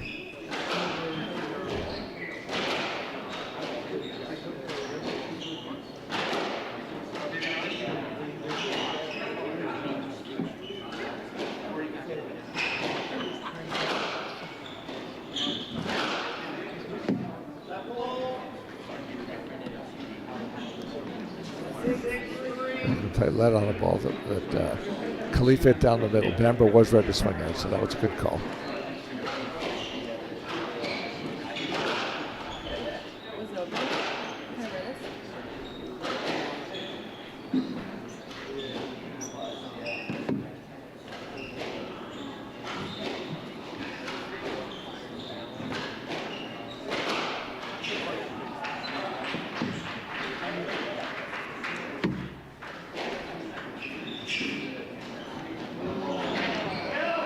Great get by Bamber off a tight little roll corner that Khalifa hit. But then Callis passes Bamber. Bamber was sort of a little bit disoriented. I'm sorry, Alexander was a little bit disoriented. And he stretched his leg, and he's stretching his right knee right now. He did that right after the point ended, and now he's probing his lower leg. He might have hurt himself here. He certainly doesn't. He looks like the move he made there may have caused him to injure himself. He's walking around very gingerly on that right leg right now. I'm not sure if it looks like it's either knee or lower leg. And he's had some injury problems in the past. He sprained his ankle, same foot, in the finals of the Big Apple Open last season, and then hurt his knee when he tried to come back too soon. And he is definitely testing and stretching, and I think he's about to leave the court. Yeah. He's leaving the court. Right now it's 6-4 for Alexander and Bamber against Callis and Khalifa. And Zach did not leave the court. He opened the door, but he's staying in the court. I think he wants to hit a ball or two to see how he's doing. But obviously, if his mobility is in any way compromised, that's going to change everything about the way this is played. He looks like he's ready to keep playing.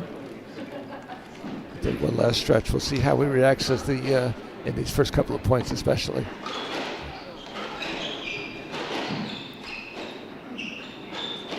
Looked okay when he played the first ball.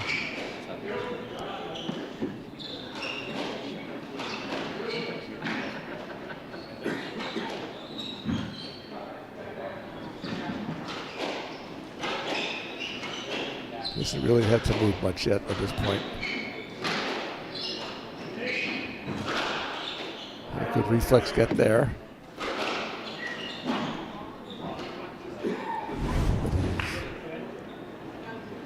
He just tinned it, and he did not move his foot there, his right leg to set up. They set that sort of flat. So it's now 6-5.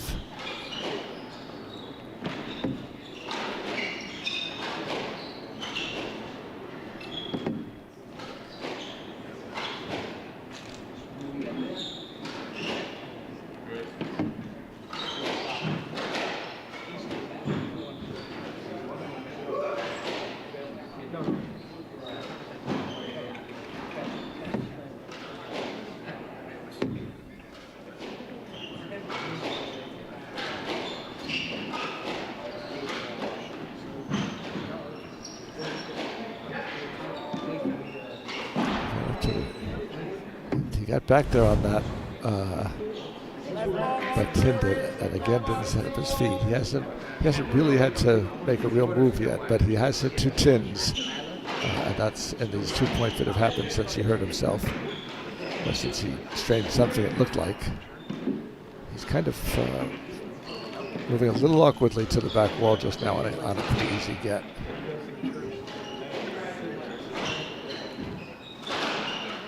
Actually going mostly at Chris, so he hasn't had to move that much yet.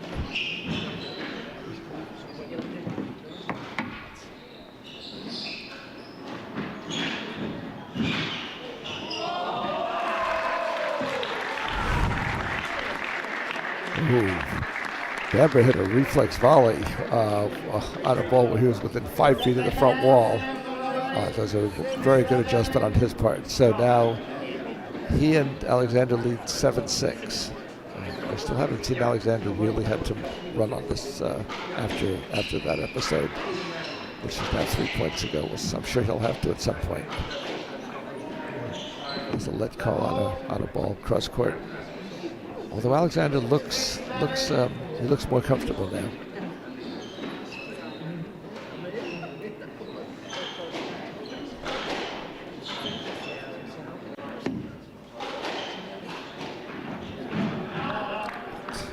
Bamber hit a really tight little reverse corner.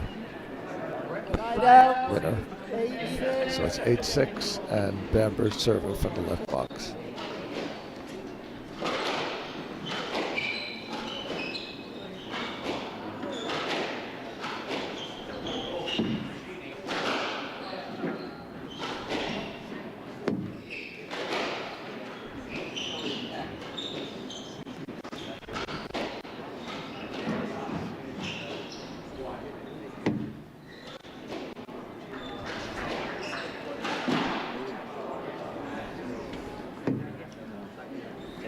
Callis just hit a 10. They've won the, Bamber and Alexander have won the last 3 points to go up 9-6 after being caught at 6-all.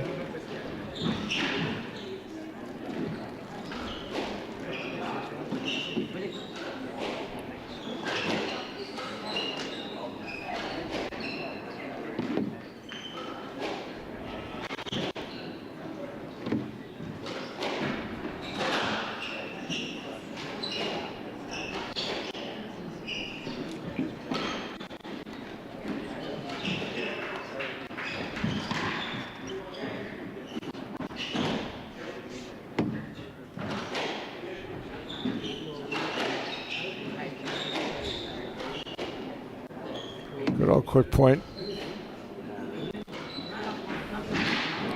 Alexander ends up with a nice little angled backhand cross drop in front of Callis. So they're ahead 10-6 from 6-all.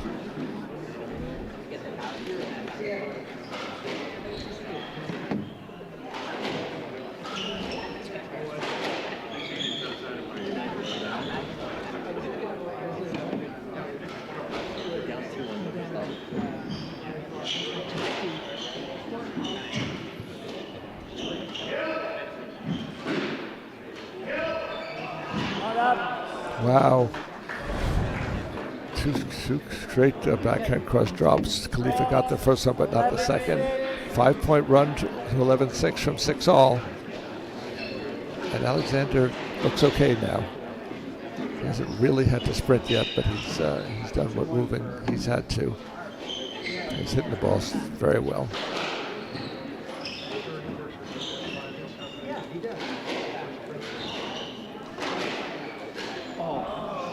But if Callis hit a cross court that Alexander couldn't handle, so now it's now 11-7. But that was a 5-point run that might have decided this game.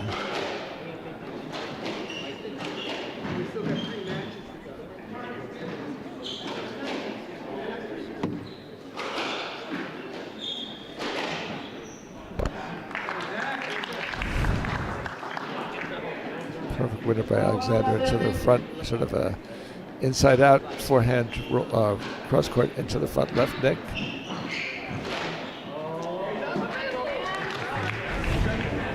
Khalifa hits a winner on a play up front. So it's 8-12. Callis to serve.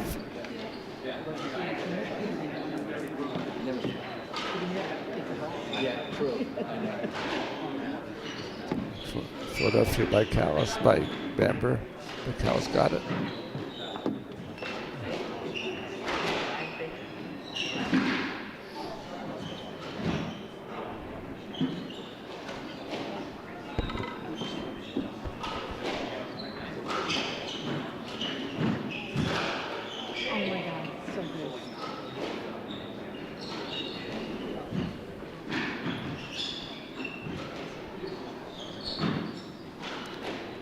Alexander moved quite a bit on that last exchange, and he did very well and hit a whirly bird that angled too tightly to the back wall for Callis to steer back. So it's now 8-13, and we're looking very strongly like we're going to be having a fifth game.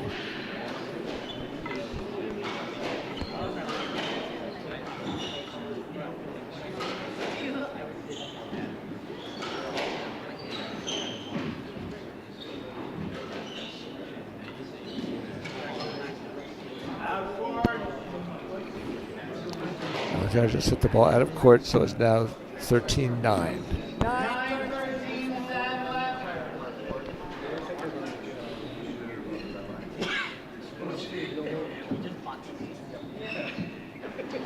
Khalifa from the left box to serve to Bamber.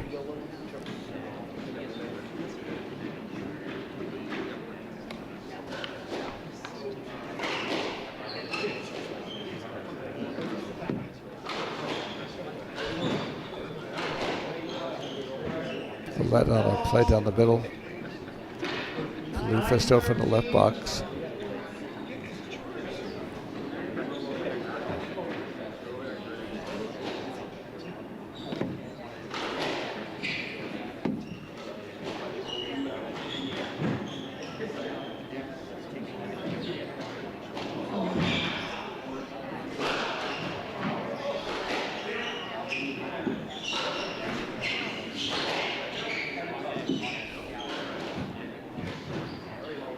Good get by Alexander there.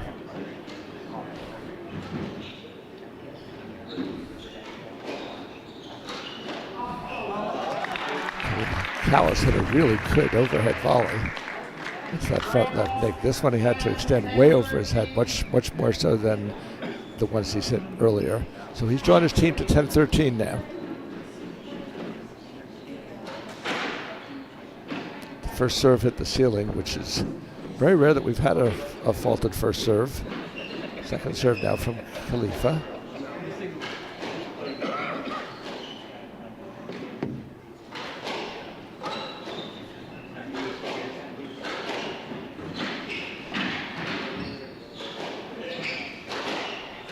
Oh, good save by Bamber.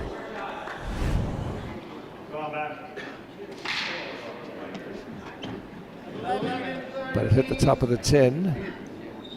Really stretched out, and he got his racket on it, but it just didn't quite clear the tin, so it's now 11-13. Khalifa serving.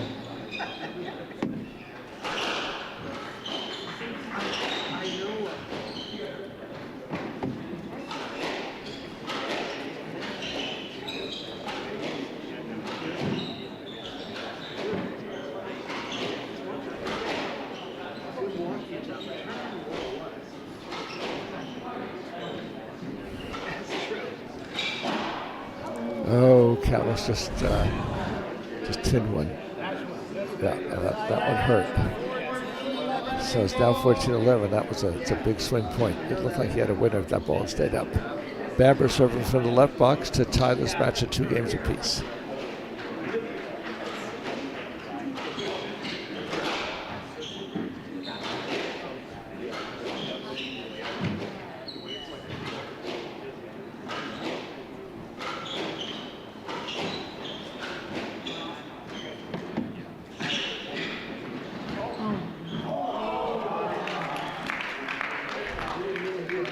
Callis really had to change direction on that on a roll corner, and did, and managed to somehow hit a winner stretched out to the front right.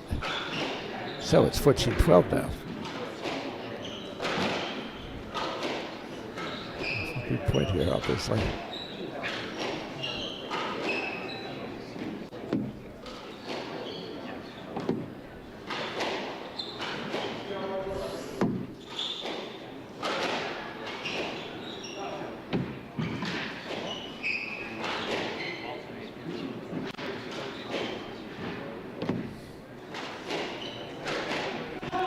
Oh, Callis nailed the forehand into the front left neck, the shot he's done so well these last couple of games.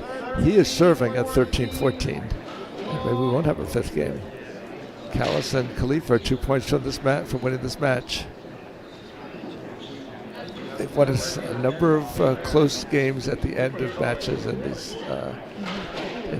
run that they've had. It's an awfully big point.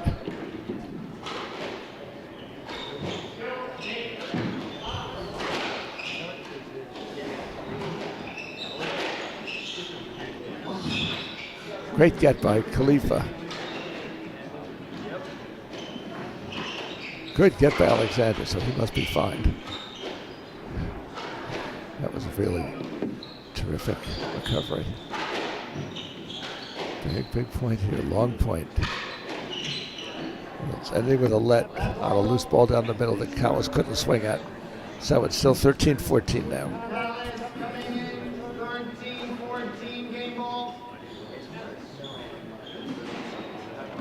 But this is a huge point.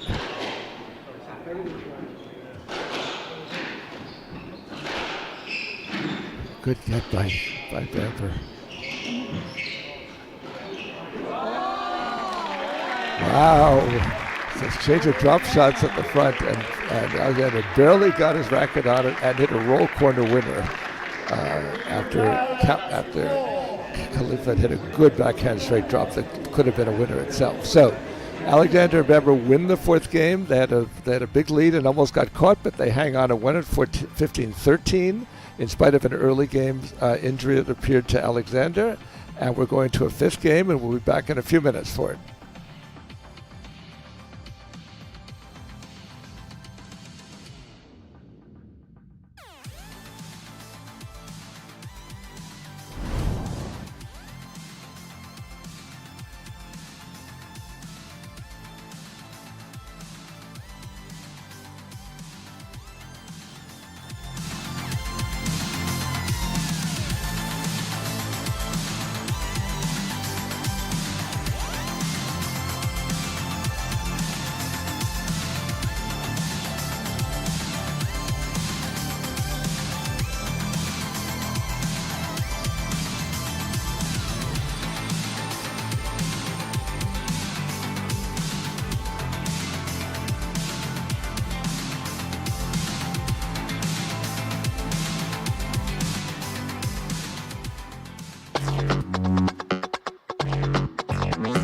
best thing about squash is definitely the competitive aspect.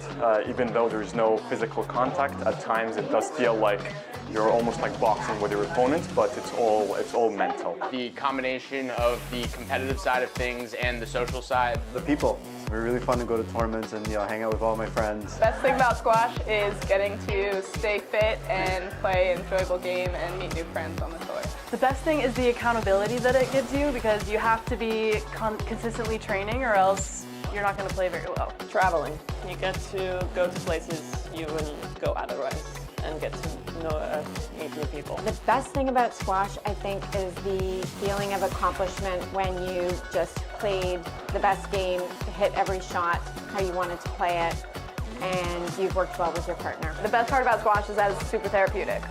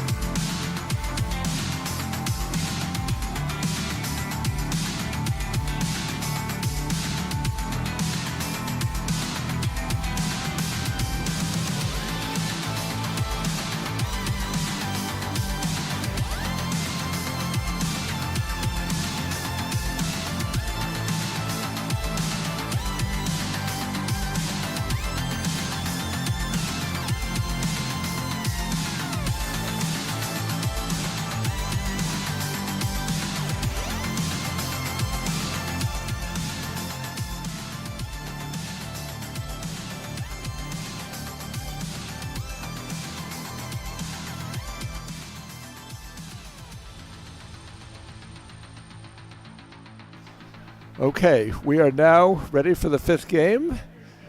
And it's almost felt like it was inevitable this is going to go to a fifth game. There's been some ebbs and flows. And really right now I don't think either team really has momentum because that fourth game was so close and because Callis and Khalifa generally caught them after being well behind. So I will say that the start of this game is going to be very important, as it often is in fifth games. This is Bamber and Alexander were in the finals of the Big Apple Open earlier this year, then won Sleepy Hollow. And there it looks like they're about to start the fifth. Bamber's hitting some balls to himself. Everybody's getting lined up. He's going to hit his first serve in the next couple of seconds. Okay, here we go.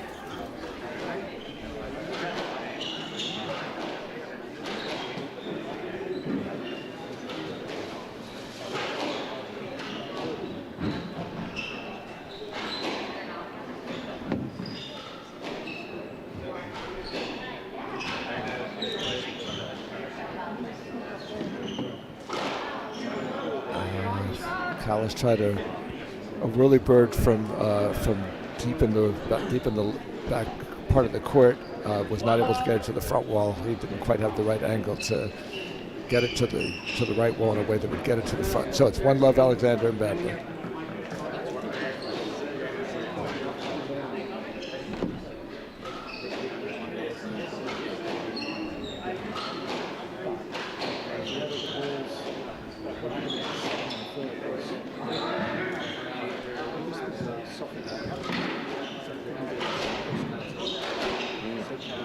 A lead on a play down the middle.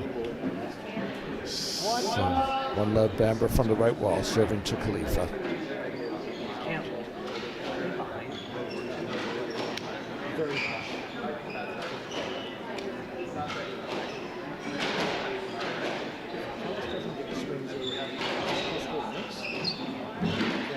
Great get by Khalifa.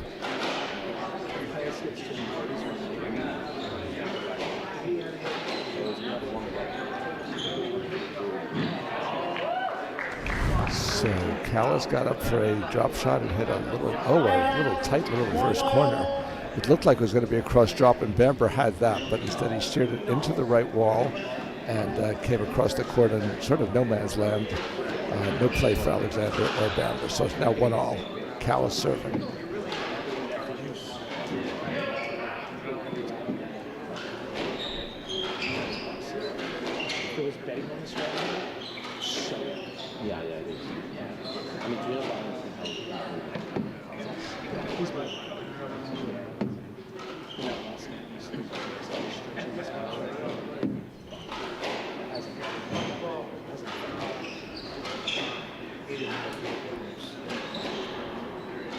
Mid-court exchanges. Khalifa goes back and covers. Again, boy, he and Carlos almost hit each other, but Khalifa got back and made the play, and now we're back and lose the point again.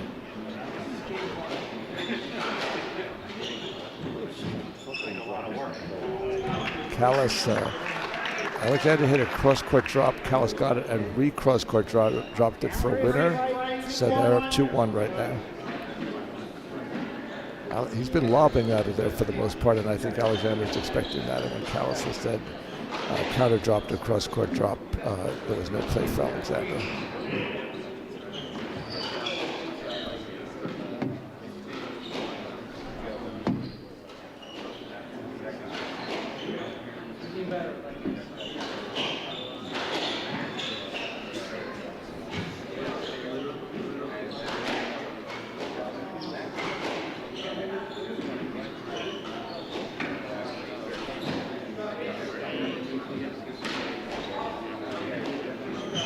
Bamber made a couple of good scramble gets.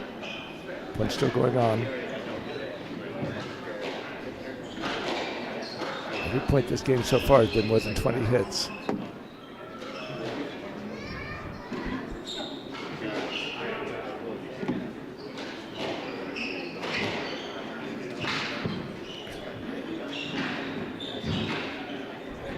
With that amazing stretch, just made another good get.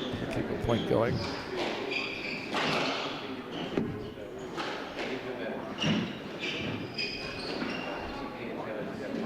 Is sometimes moving to the front right to get balls because whenever he sees Callis out of position. And looking Alexander over really hard. But he's reacting well. His point's going on. He's the longest point of the match.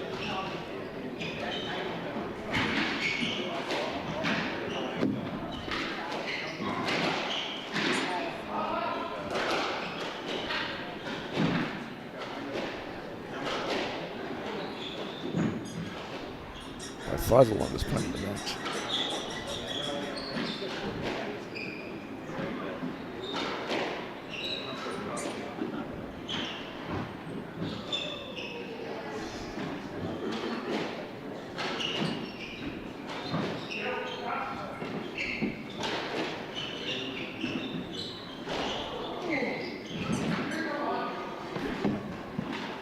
So some great gets as it goes on and on this point.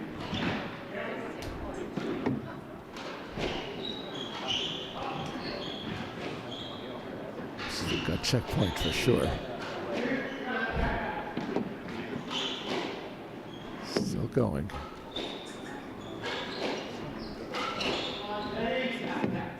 The pace actually slowed down during the point. I think the one anybody could really hit their hardest at this stage of the point.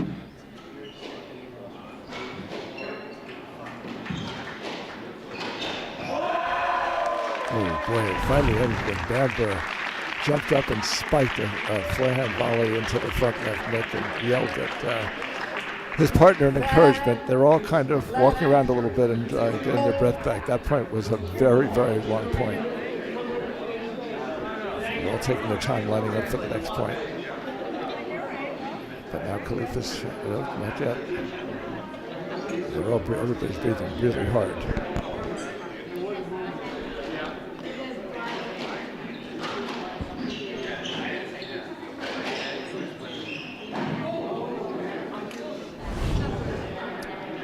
Alexander tend a forehand look-away drop shot. So 3-2 Callis and Khalifa. Looks like it's 3-all now because Bamber got to the hit a reverse and just snapped it off and Callis couldn't get to it. Bamber looks like the liveliest of the fours at this point still.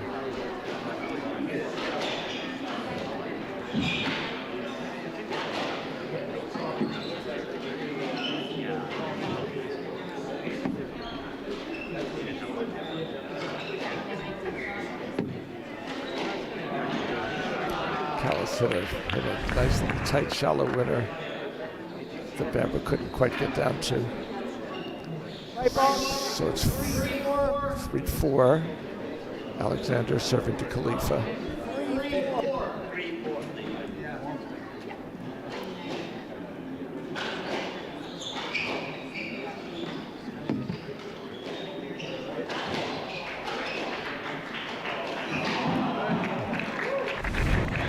Great shot. Alexander cleared out some space and hit a beautiful drop shot in front of Khalifa. That was not an easy shot. He was backing up a little bit, and he had to make it right above the tin, which he did.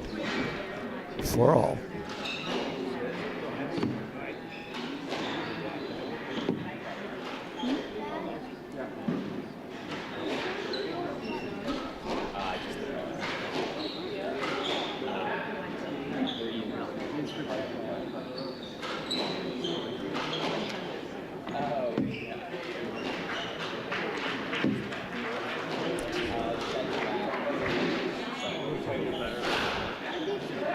Defensive. Great exchange up front. And Khalifa wound up hitting a drop shot that bounced just enough away from Bamber that he couldn't quite get. He kind of lost it in his feet a little bit. So it's now 5-4. Cavils is coming in, serving from the left box to Bamber.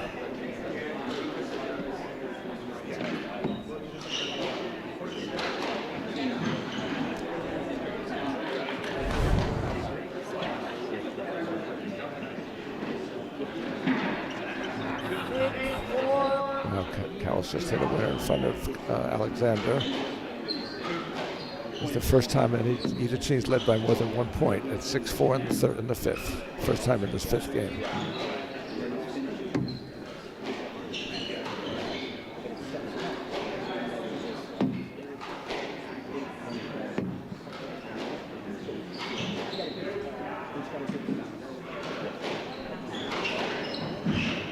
Great get by Khalifa. He's got the biggest stretch of anybody. He can stretch those long legs and that long arm out and get to balls that nobody else would get to.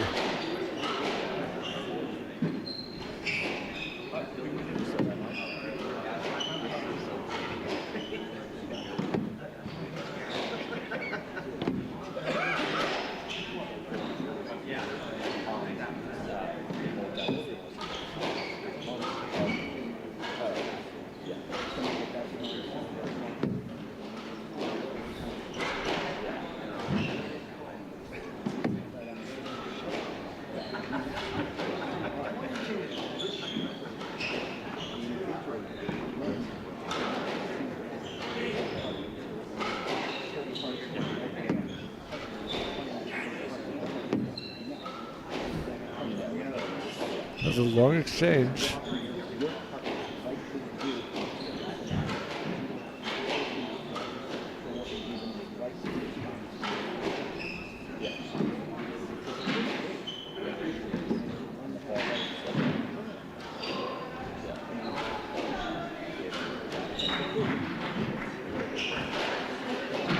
Good defensive reflex volley by Bamber. Kept the point going. There's some really good all court. Some tough retrieving up front and covering for each other as well. Khalifa's breathing heavily. He's sort of on the other side. He looks like he might have even hurt his side or something. He did something happened, I think. Yep. He didn't look good at the end of that point. He did not move for that ball. He cramped. He looked like he's cramping in his right calf. I could see in the middle of that point that something had happened to Khalifa.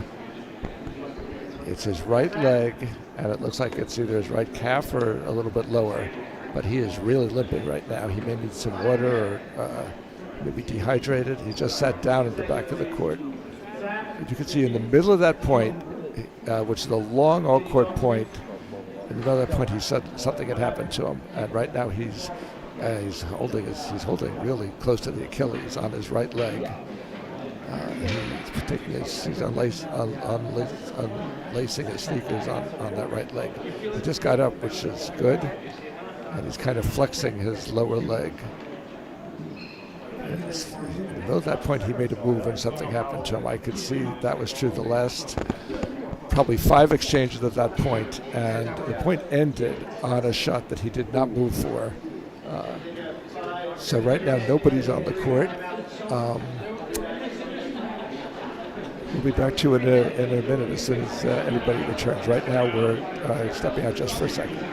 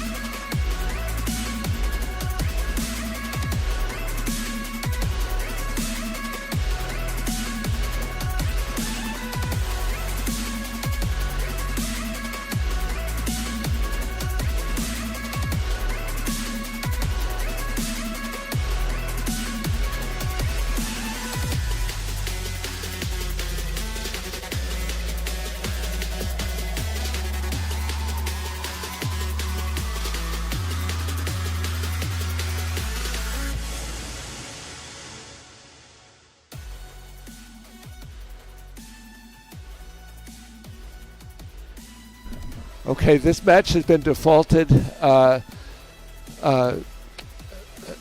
Osama Khalifa, we saw him injure himself on the last point that was played. It is not just a cramp. It was clearly a muscle, either pull or tear. Either it looked like in the lower right calf, and they tried to treat him, and he's really still limping very, very badly. And they've already decided they cannot continue this match. So they are defaulting the fifth game after almost winning in 4. And that means that Zach Alexander and James Bamber are in the final. And they will be playing the winner of the other semifinal later between Michael Ferreira, Cameron Pilley, and James Stout and Scott Arnold. But first there'll be another women's semifinal, which we'll be covering. We'll be back to it in a few minutes. Take care.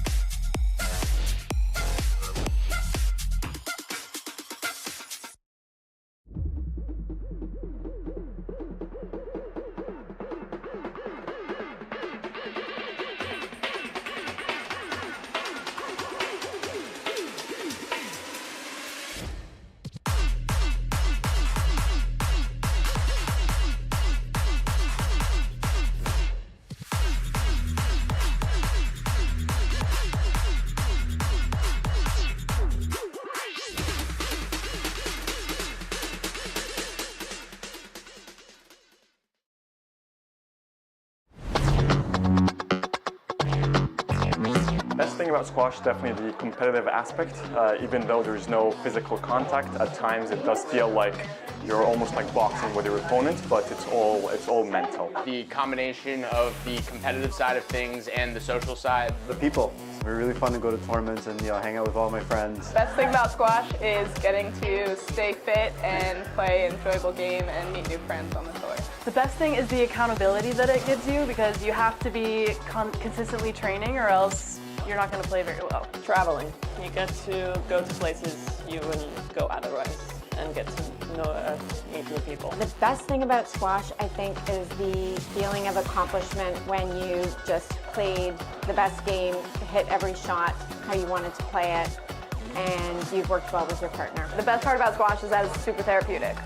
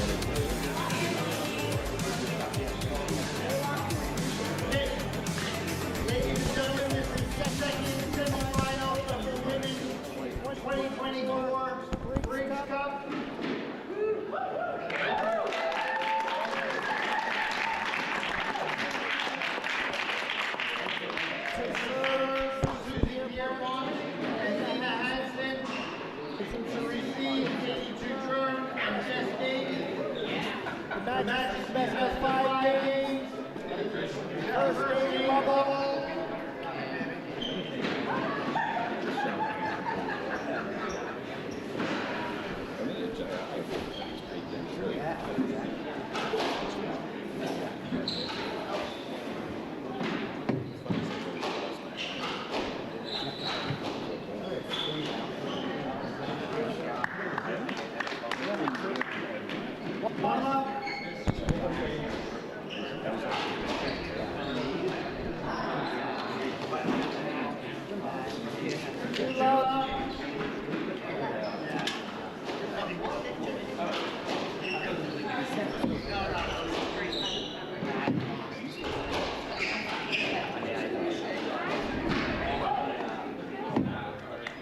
Side out, 1, 2.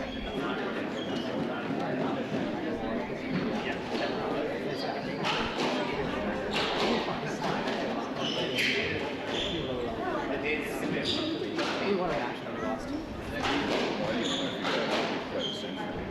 That's a second.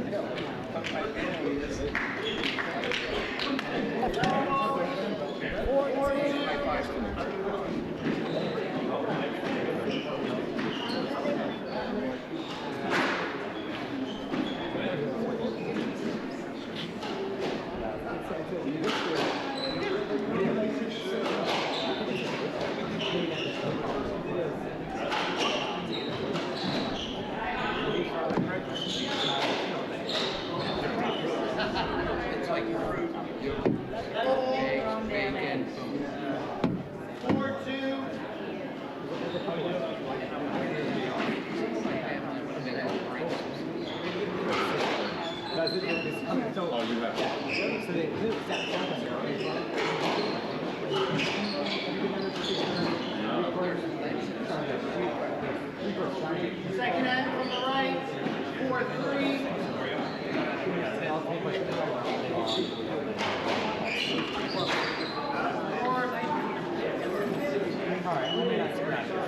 Side out, school.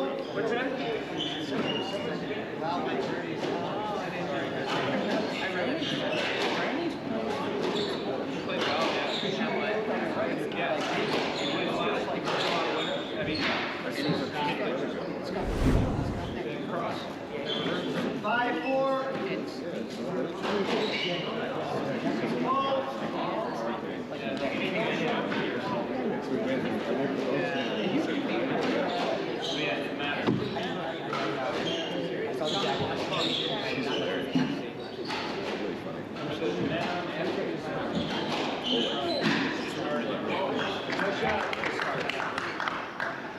Second end from the right, 5-0.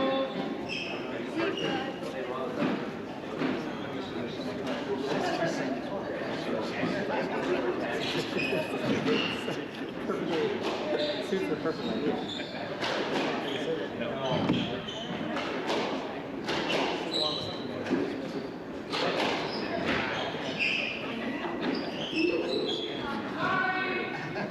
Level. 5-0. Lean out right.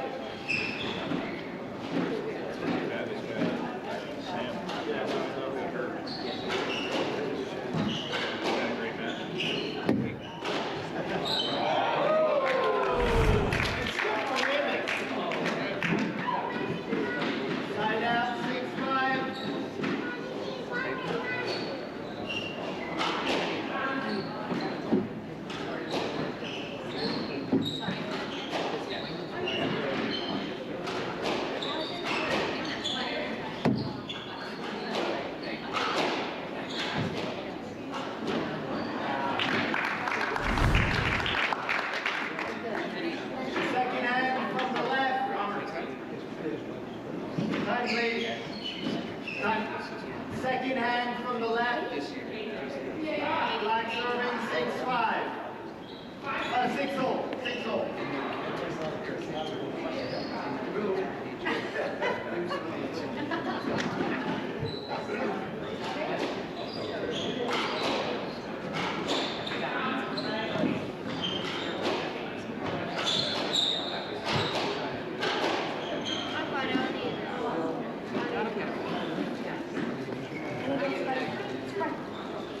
Seven, six.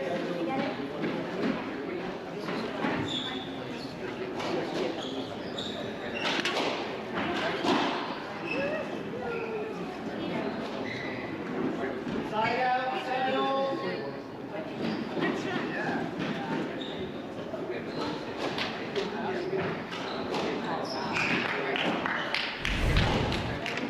Second hand, 7-8.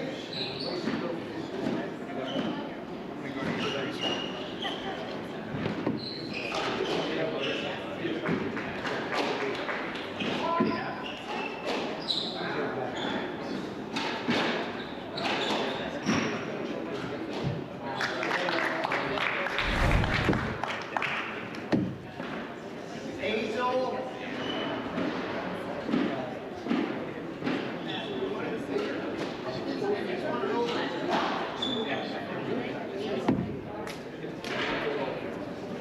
Nine, eight.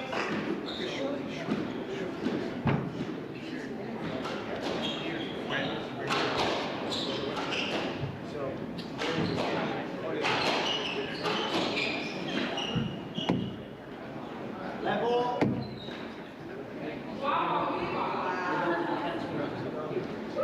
Left box, level, 9-8. You gonna help?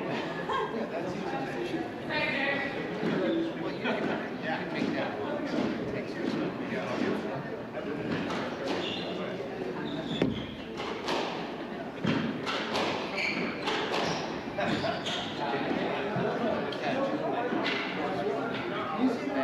Side out, 9-all.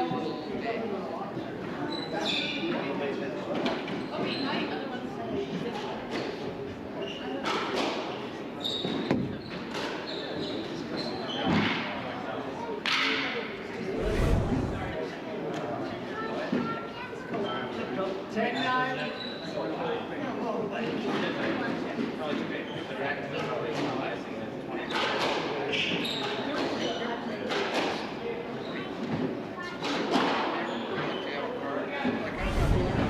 Second hand from the right, 10-all.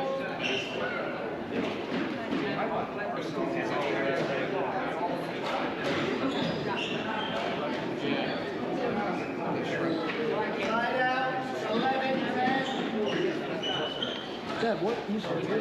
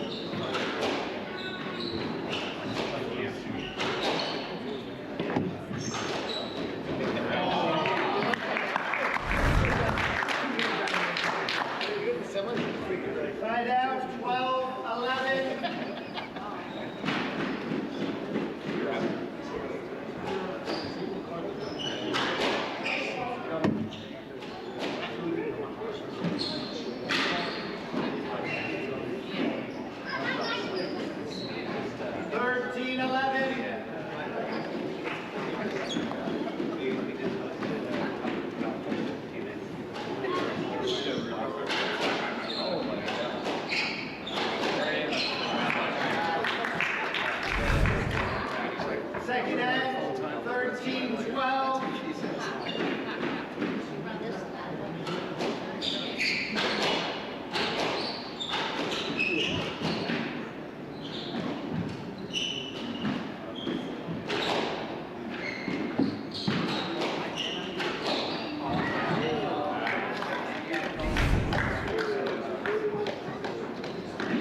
14-12 game ball.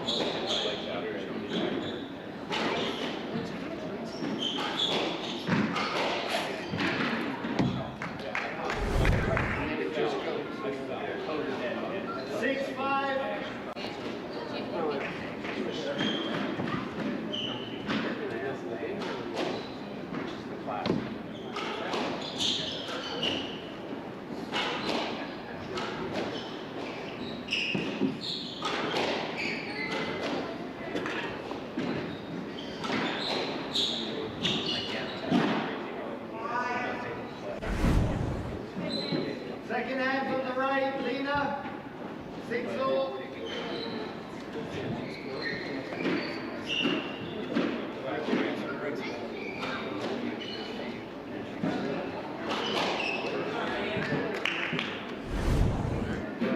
out, 7-6.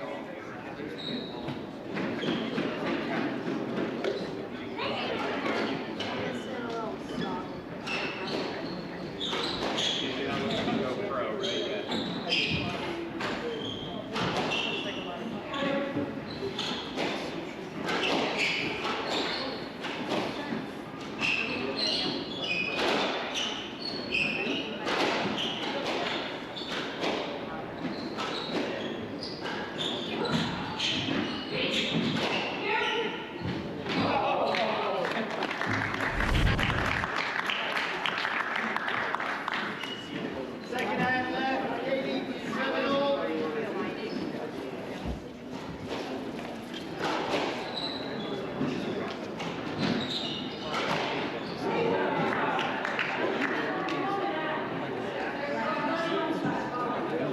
Side out, 8-7.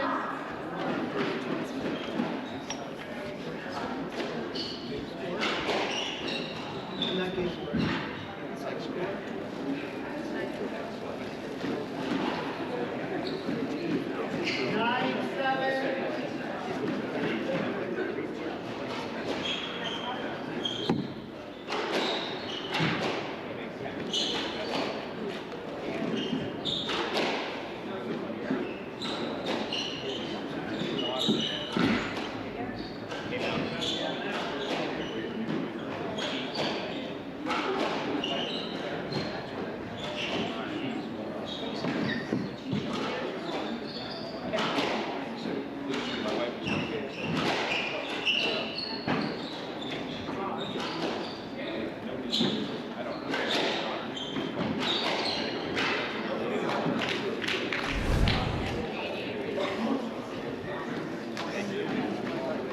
Second hand on the right, Lena, 9-8.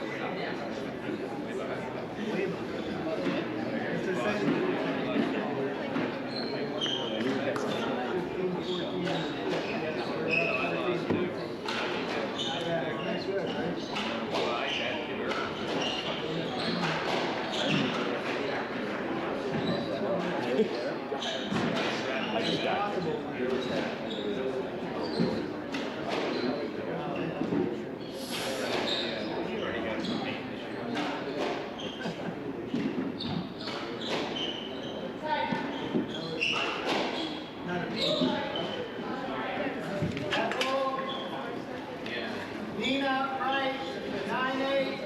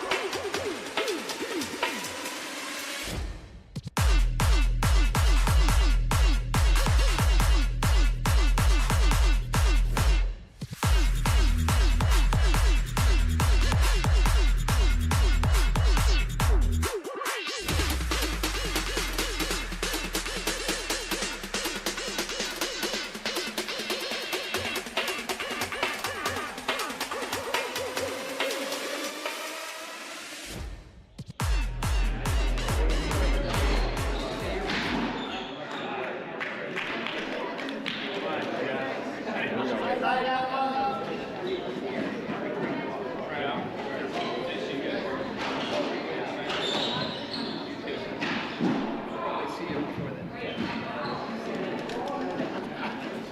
Two up.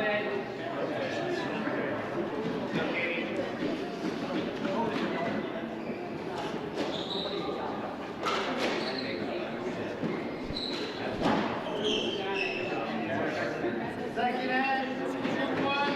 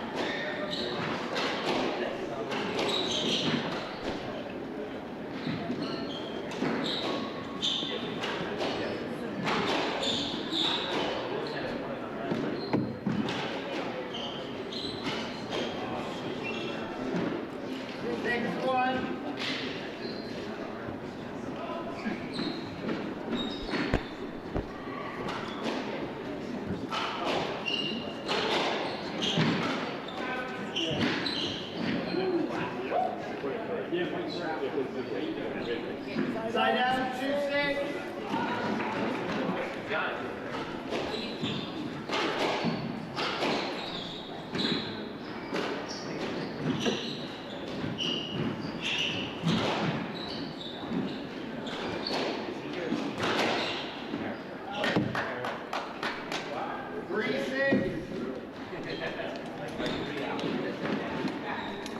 That was very slow.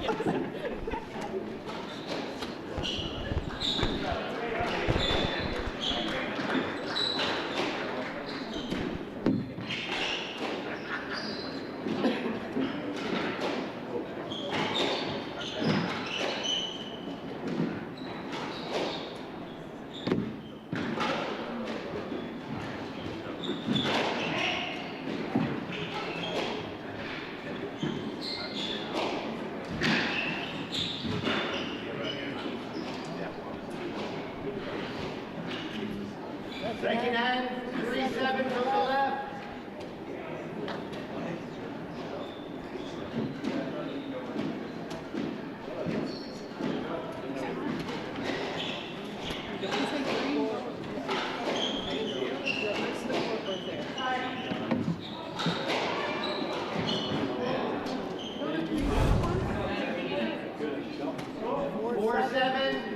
Right ball.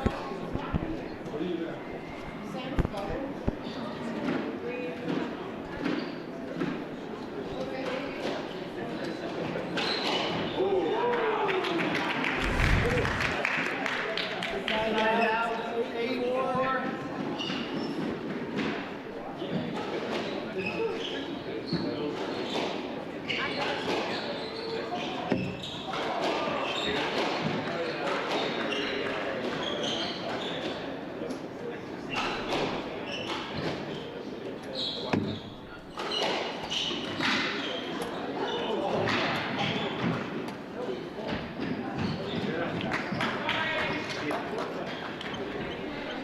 Second hand from the left, 8-5.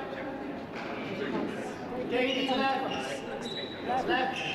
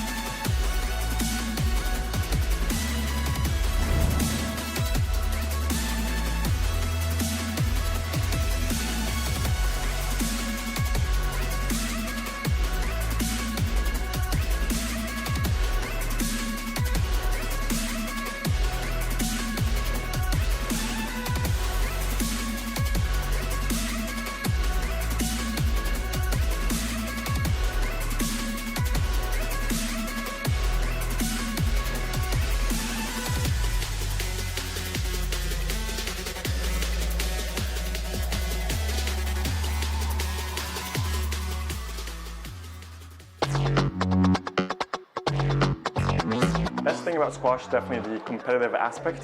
Even though there's no physical contact, at times it does feel like you're almost like boxing with your opponent, but it's all mental. The combination of the competitive side of things and the social side. The people. It's really fun to go to tournaments and hang out with all my friends. Best thing about squash is getting to stay fit and play an enjoyable game and meet new friends on the tour. The best thing is the accountability that it gives you because you have to be consistently training or else you're not going to play very well. Traveling. You get to go to places you wouldn't go otherwise and get to meet new people. The best thing about squash, I think, is the feeling of accomplishment when you just played the best game, hit every shot how you wanted to play it, and you've worked well with your partner. The best part about squash is that it's super therapeutic.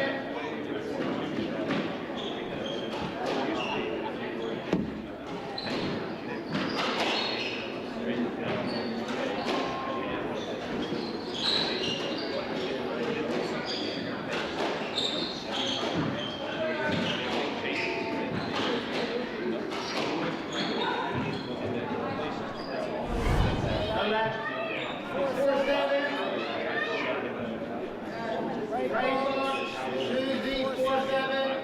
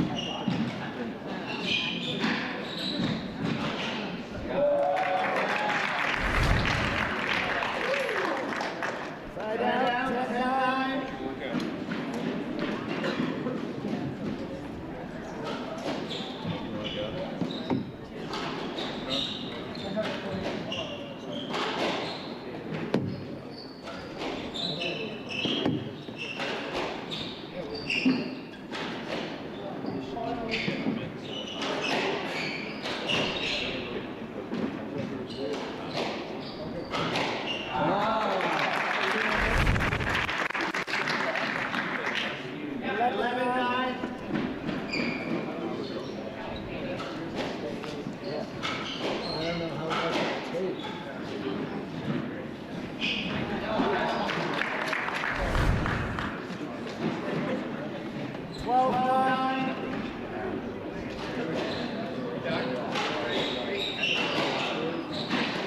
I know it's a worse. Somebody's up 2-1. Because I know when I was 1-1. They're up 2-1. They're losing this game.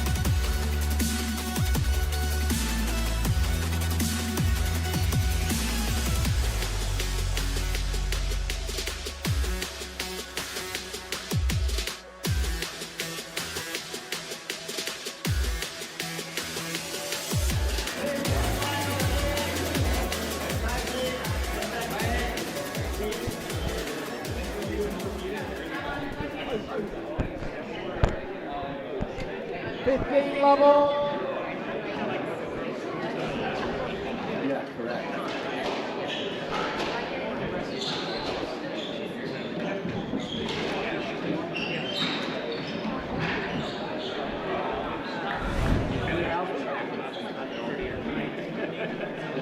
Side out, 1 love.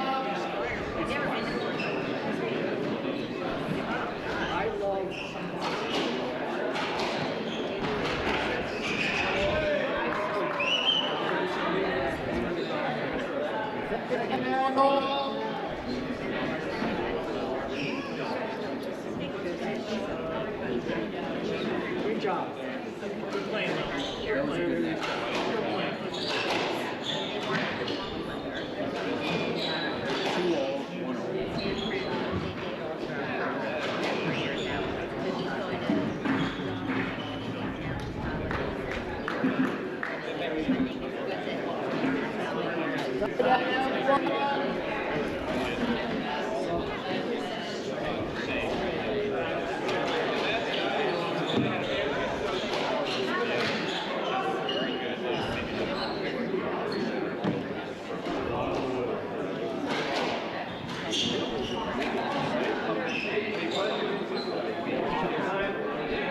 Left ball.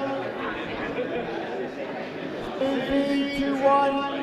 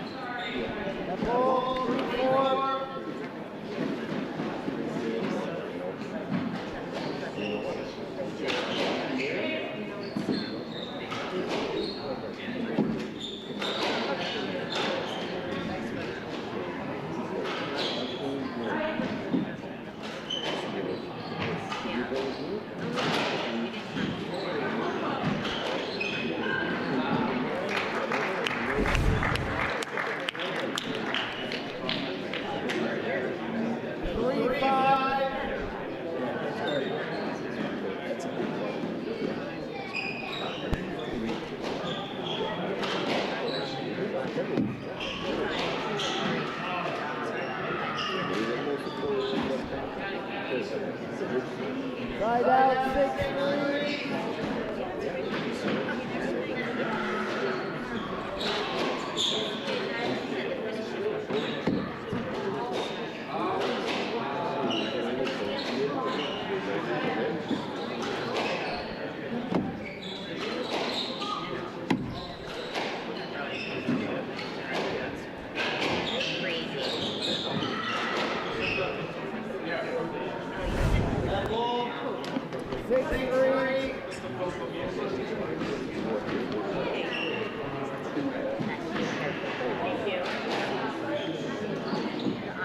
That ball, 6-3.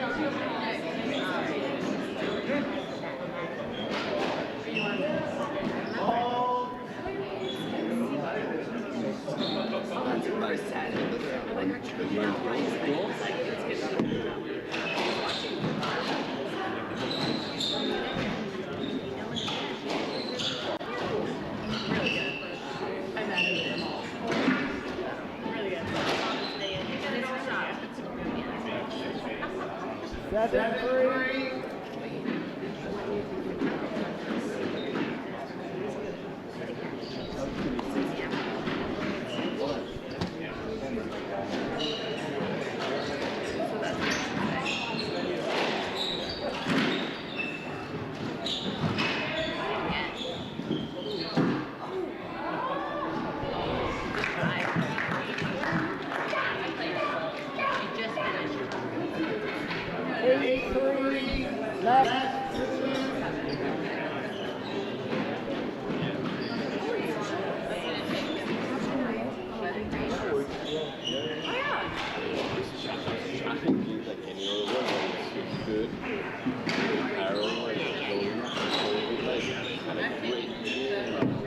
That ball, 8-3.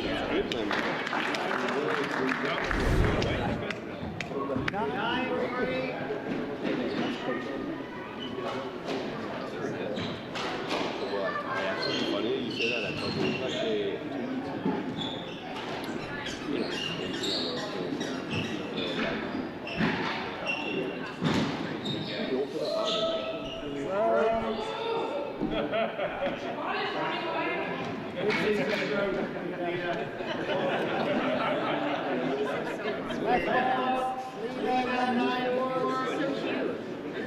Last year, it should though, for my game. Yeah.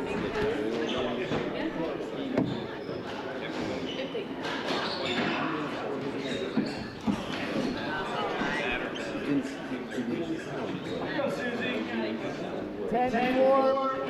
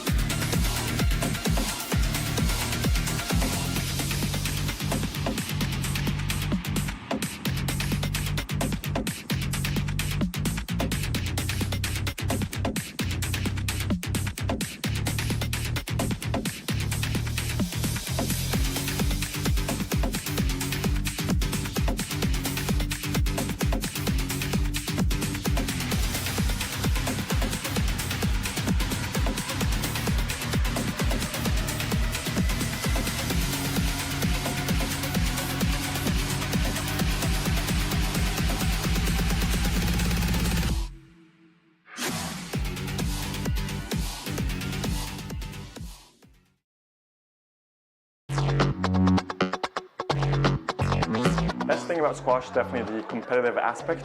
Even though there's no physical contact, at times it does feel like you're almost like boxing with your opponent, but it's all mental. The combination of the competitive side of things and the social side. The people. It's really fun to go to tournaments and hang out with all my friends. Best thing about squash is getting to stay fit and play an enjoyable game and meet new friends on the tour. The best thing is the accountability that it gives you because you have to be consistently training or else you're not going to play very well. Traveling. You get to go to places you wouldn't go otherwise and get to know, meet new people. The best thing about squash, I think, is the feeling of accomplishment when you just played the best game, hit every shot how you wanted to play it, and you've worked well with your partner. The best part about squash is that it's super therapeutic.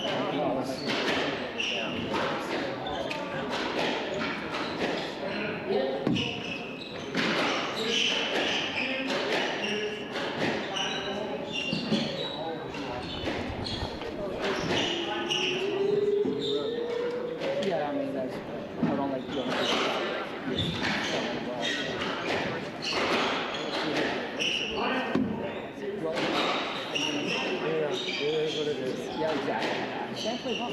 We did. Yeah, but I have to remember, even though I keep saying it was a single sport, the fact is you hit the weight, it's a very good ball. Yeah, good face on it. I mean, no question about that.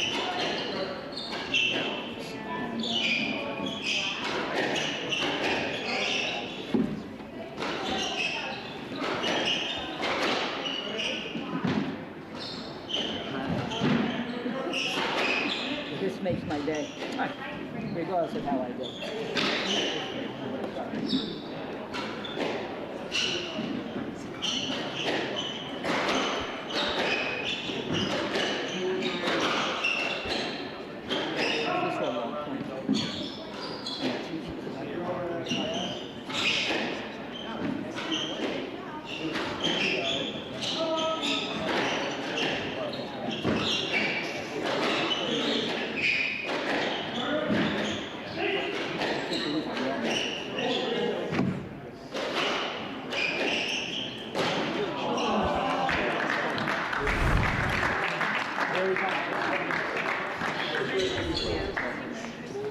Central, left side.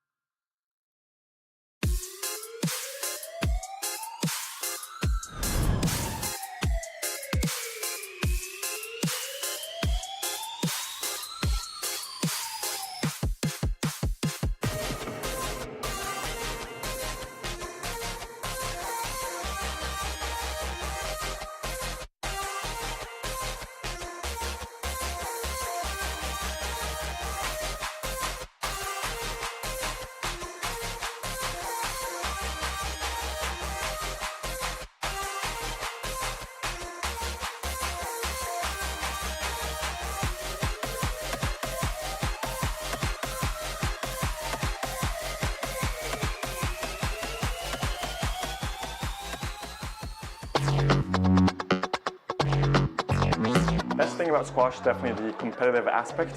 Even though there's no physical contact, at times it does feel like you're almost like boxing with your opponent, but it's all mental. The combination of the competitive side of things and the social side. The people. It's really fun to go to tournaments and hang out with all my friends. Best thing about squash is getting to stay fit and play an enjoyable game and meet new friends on the tour. The best thing is the accountability that it gives you because you have to be consistently training or else you're not going to play very well. Traveling. You get to go to places you wouldn't go otherwise and get to meet new people. The best thing about squash, I think, is the feeling of accomplishment when you just played the best game, hit every shot how you wanted to play it, and you've worked well with your partner. The best part about squash is that it's super therapeutic.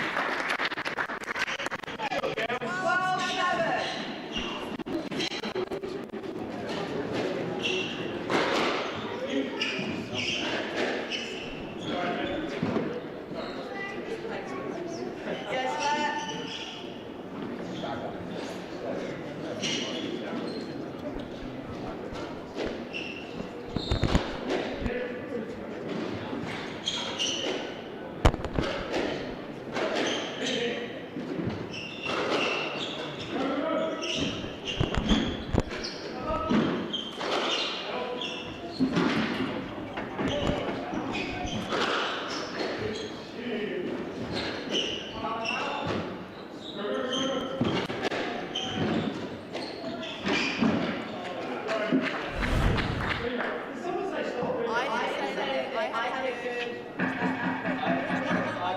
Ball was good. 13-7, right side. It's Bama.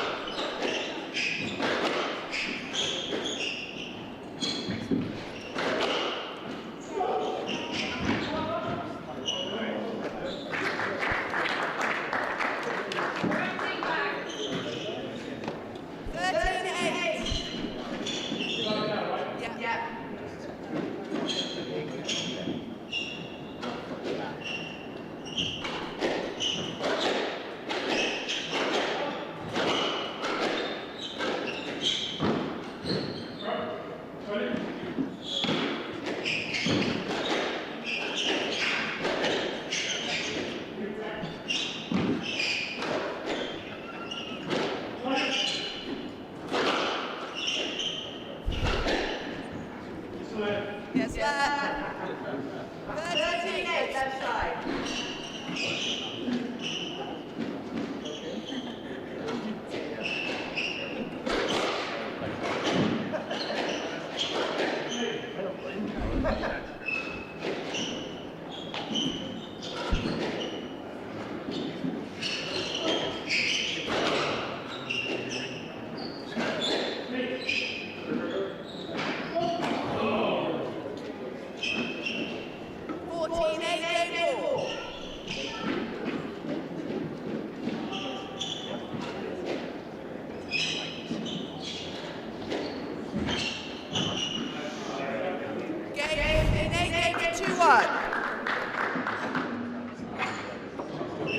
Yeah, no.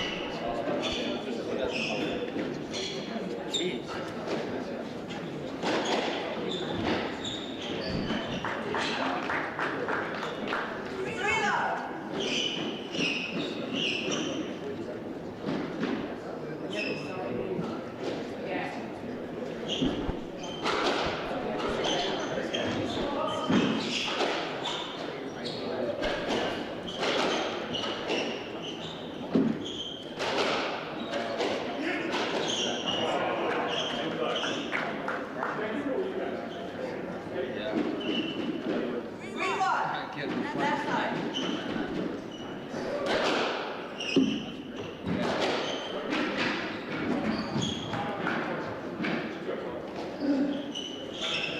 Side out, 2-3.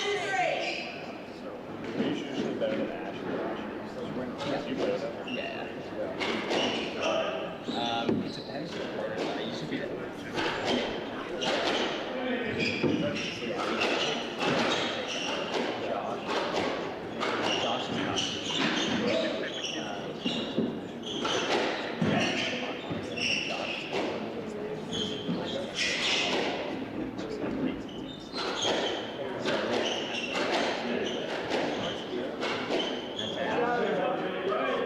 Just out. 2-4.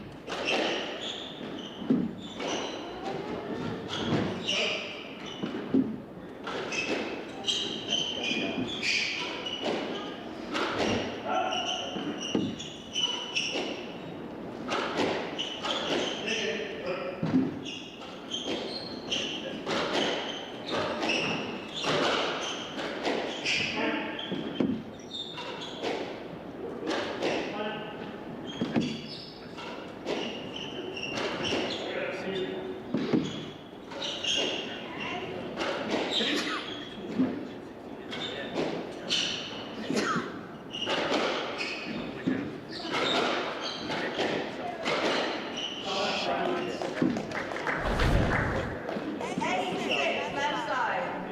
Second server.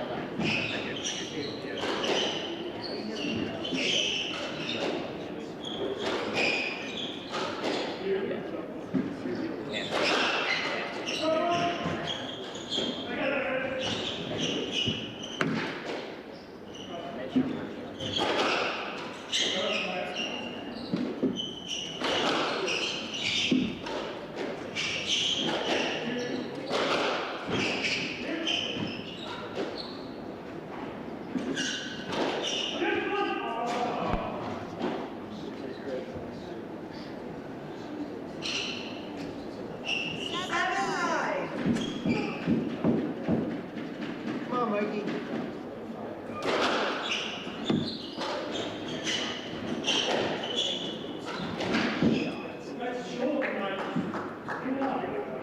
Side out, 10-7. Here, Mikey.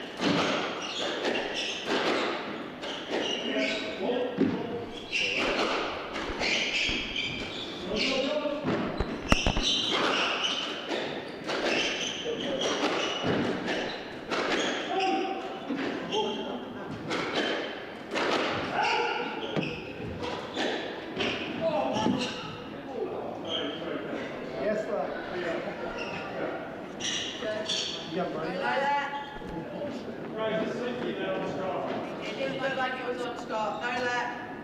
6-3.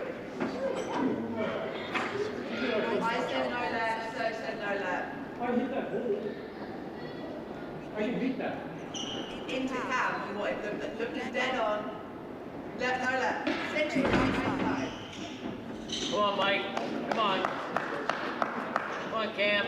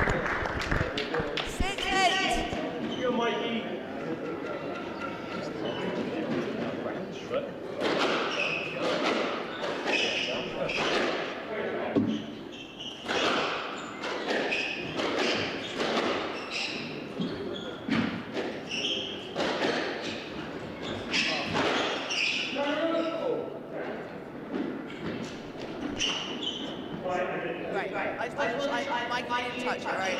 No. Yes, lap. 6-8.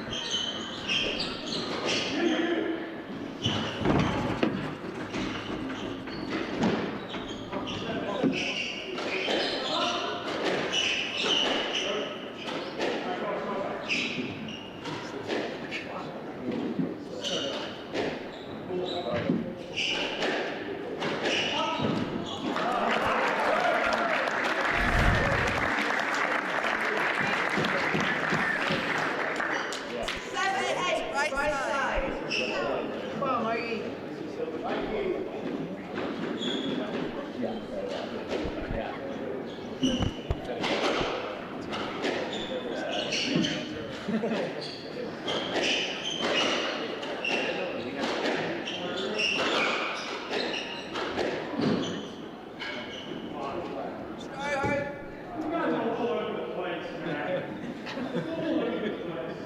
out, 9-7.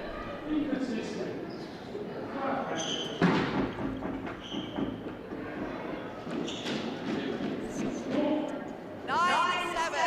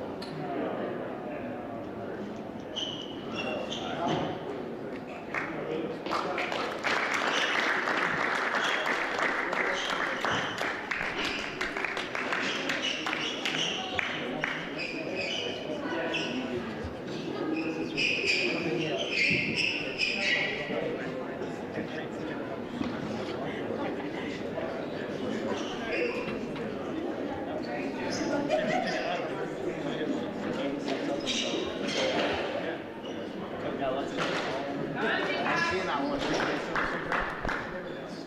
Side out, 13-14, match ball.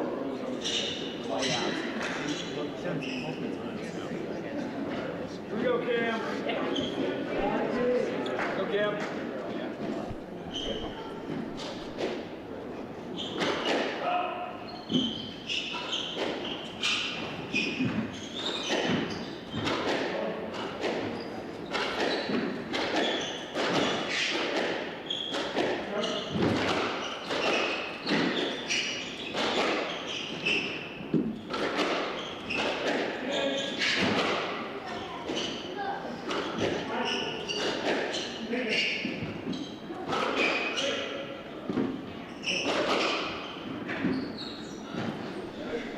Slap. Yeah. 13-14, match ball.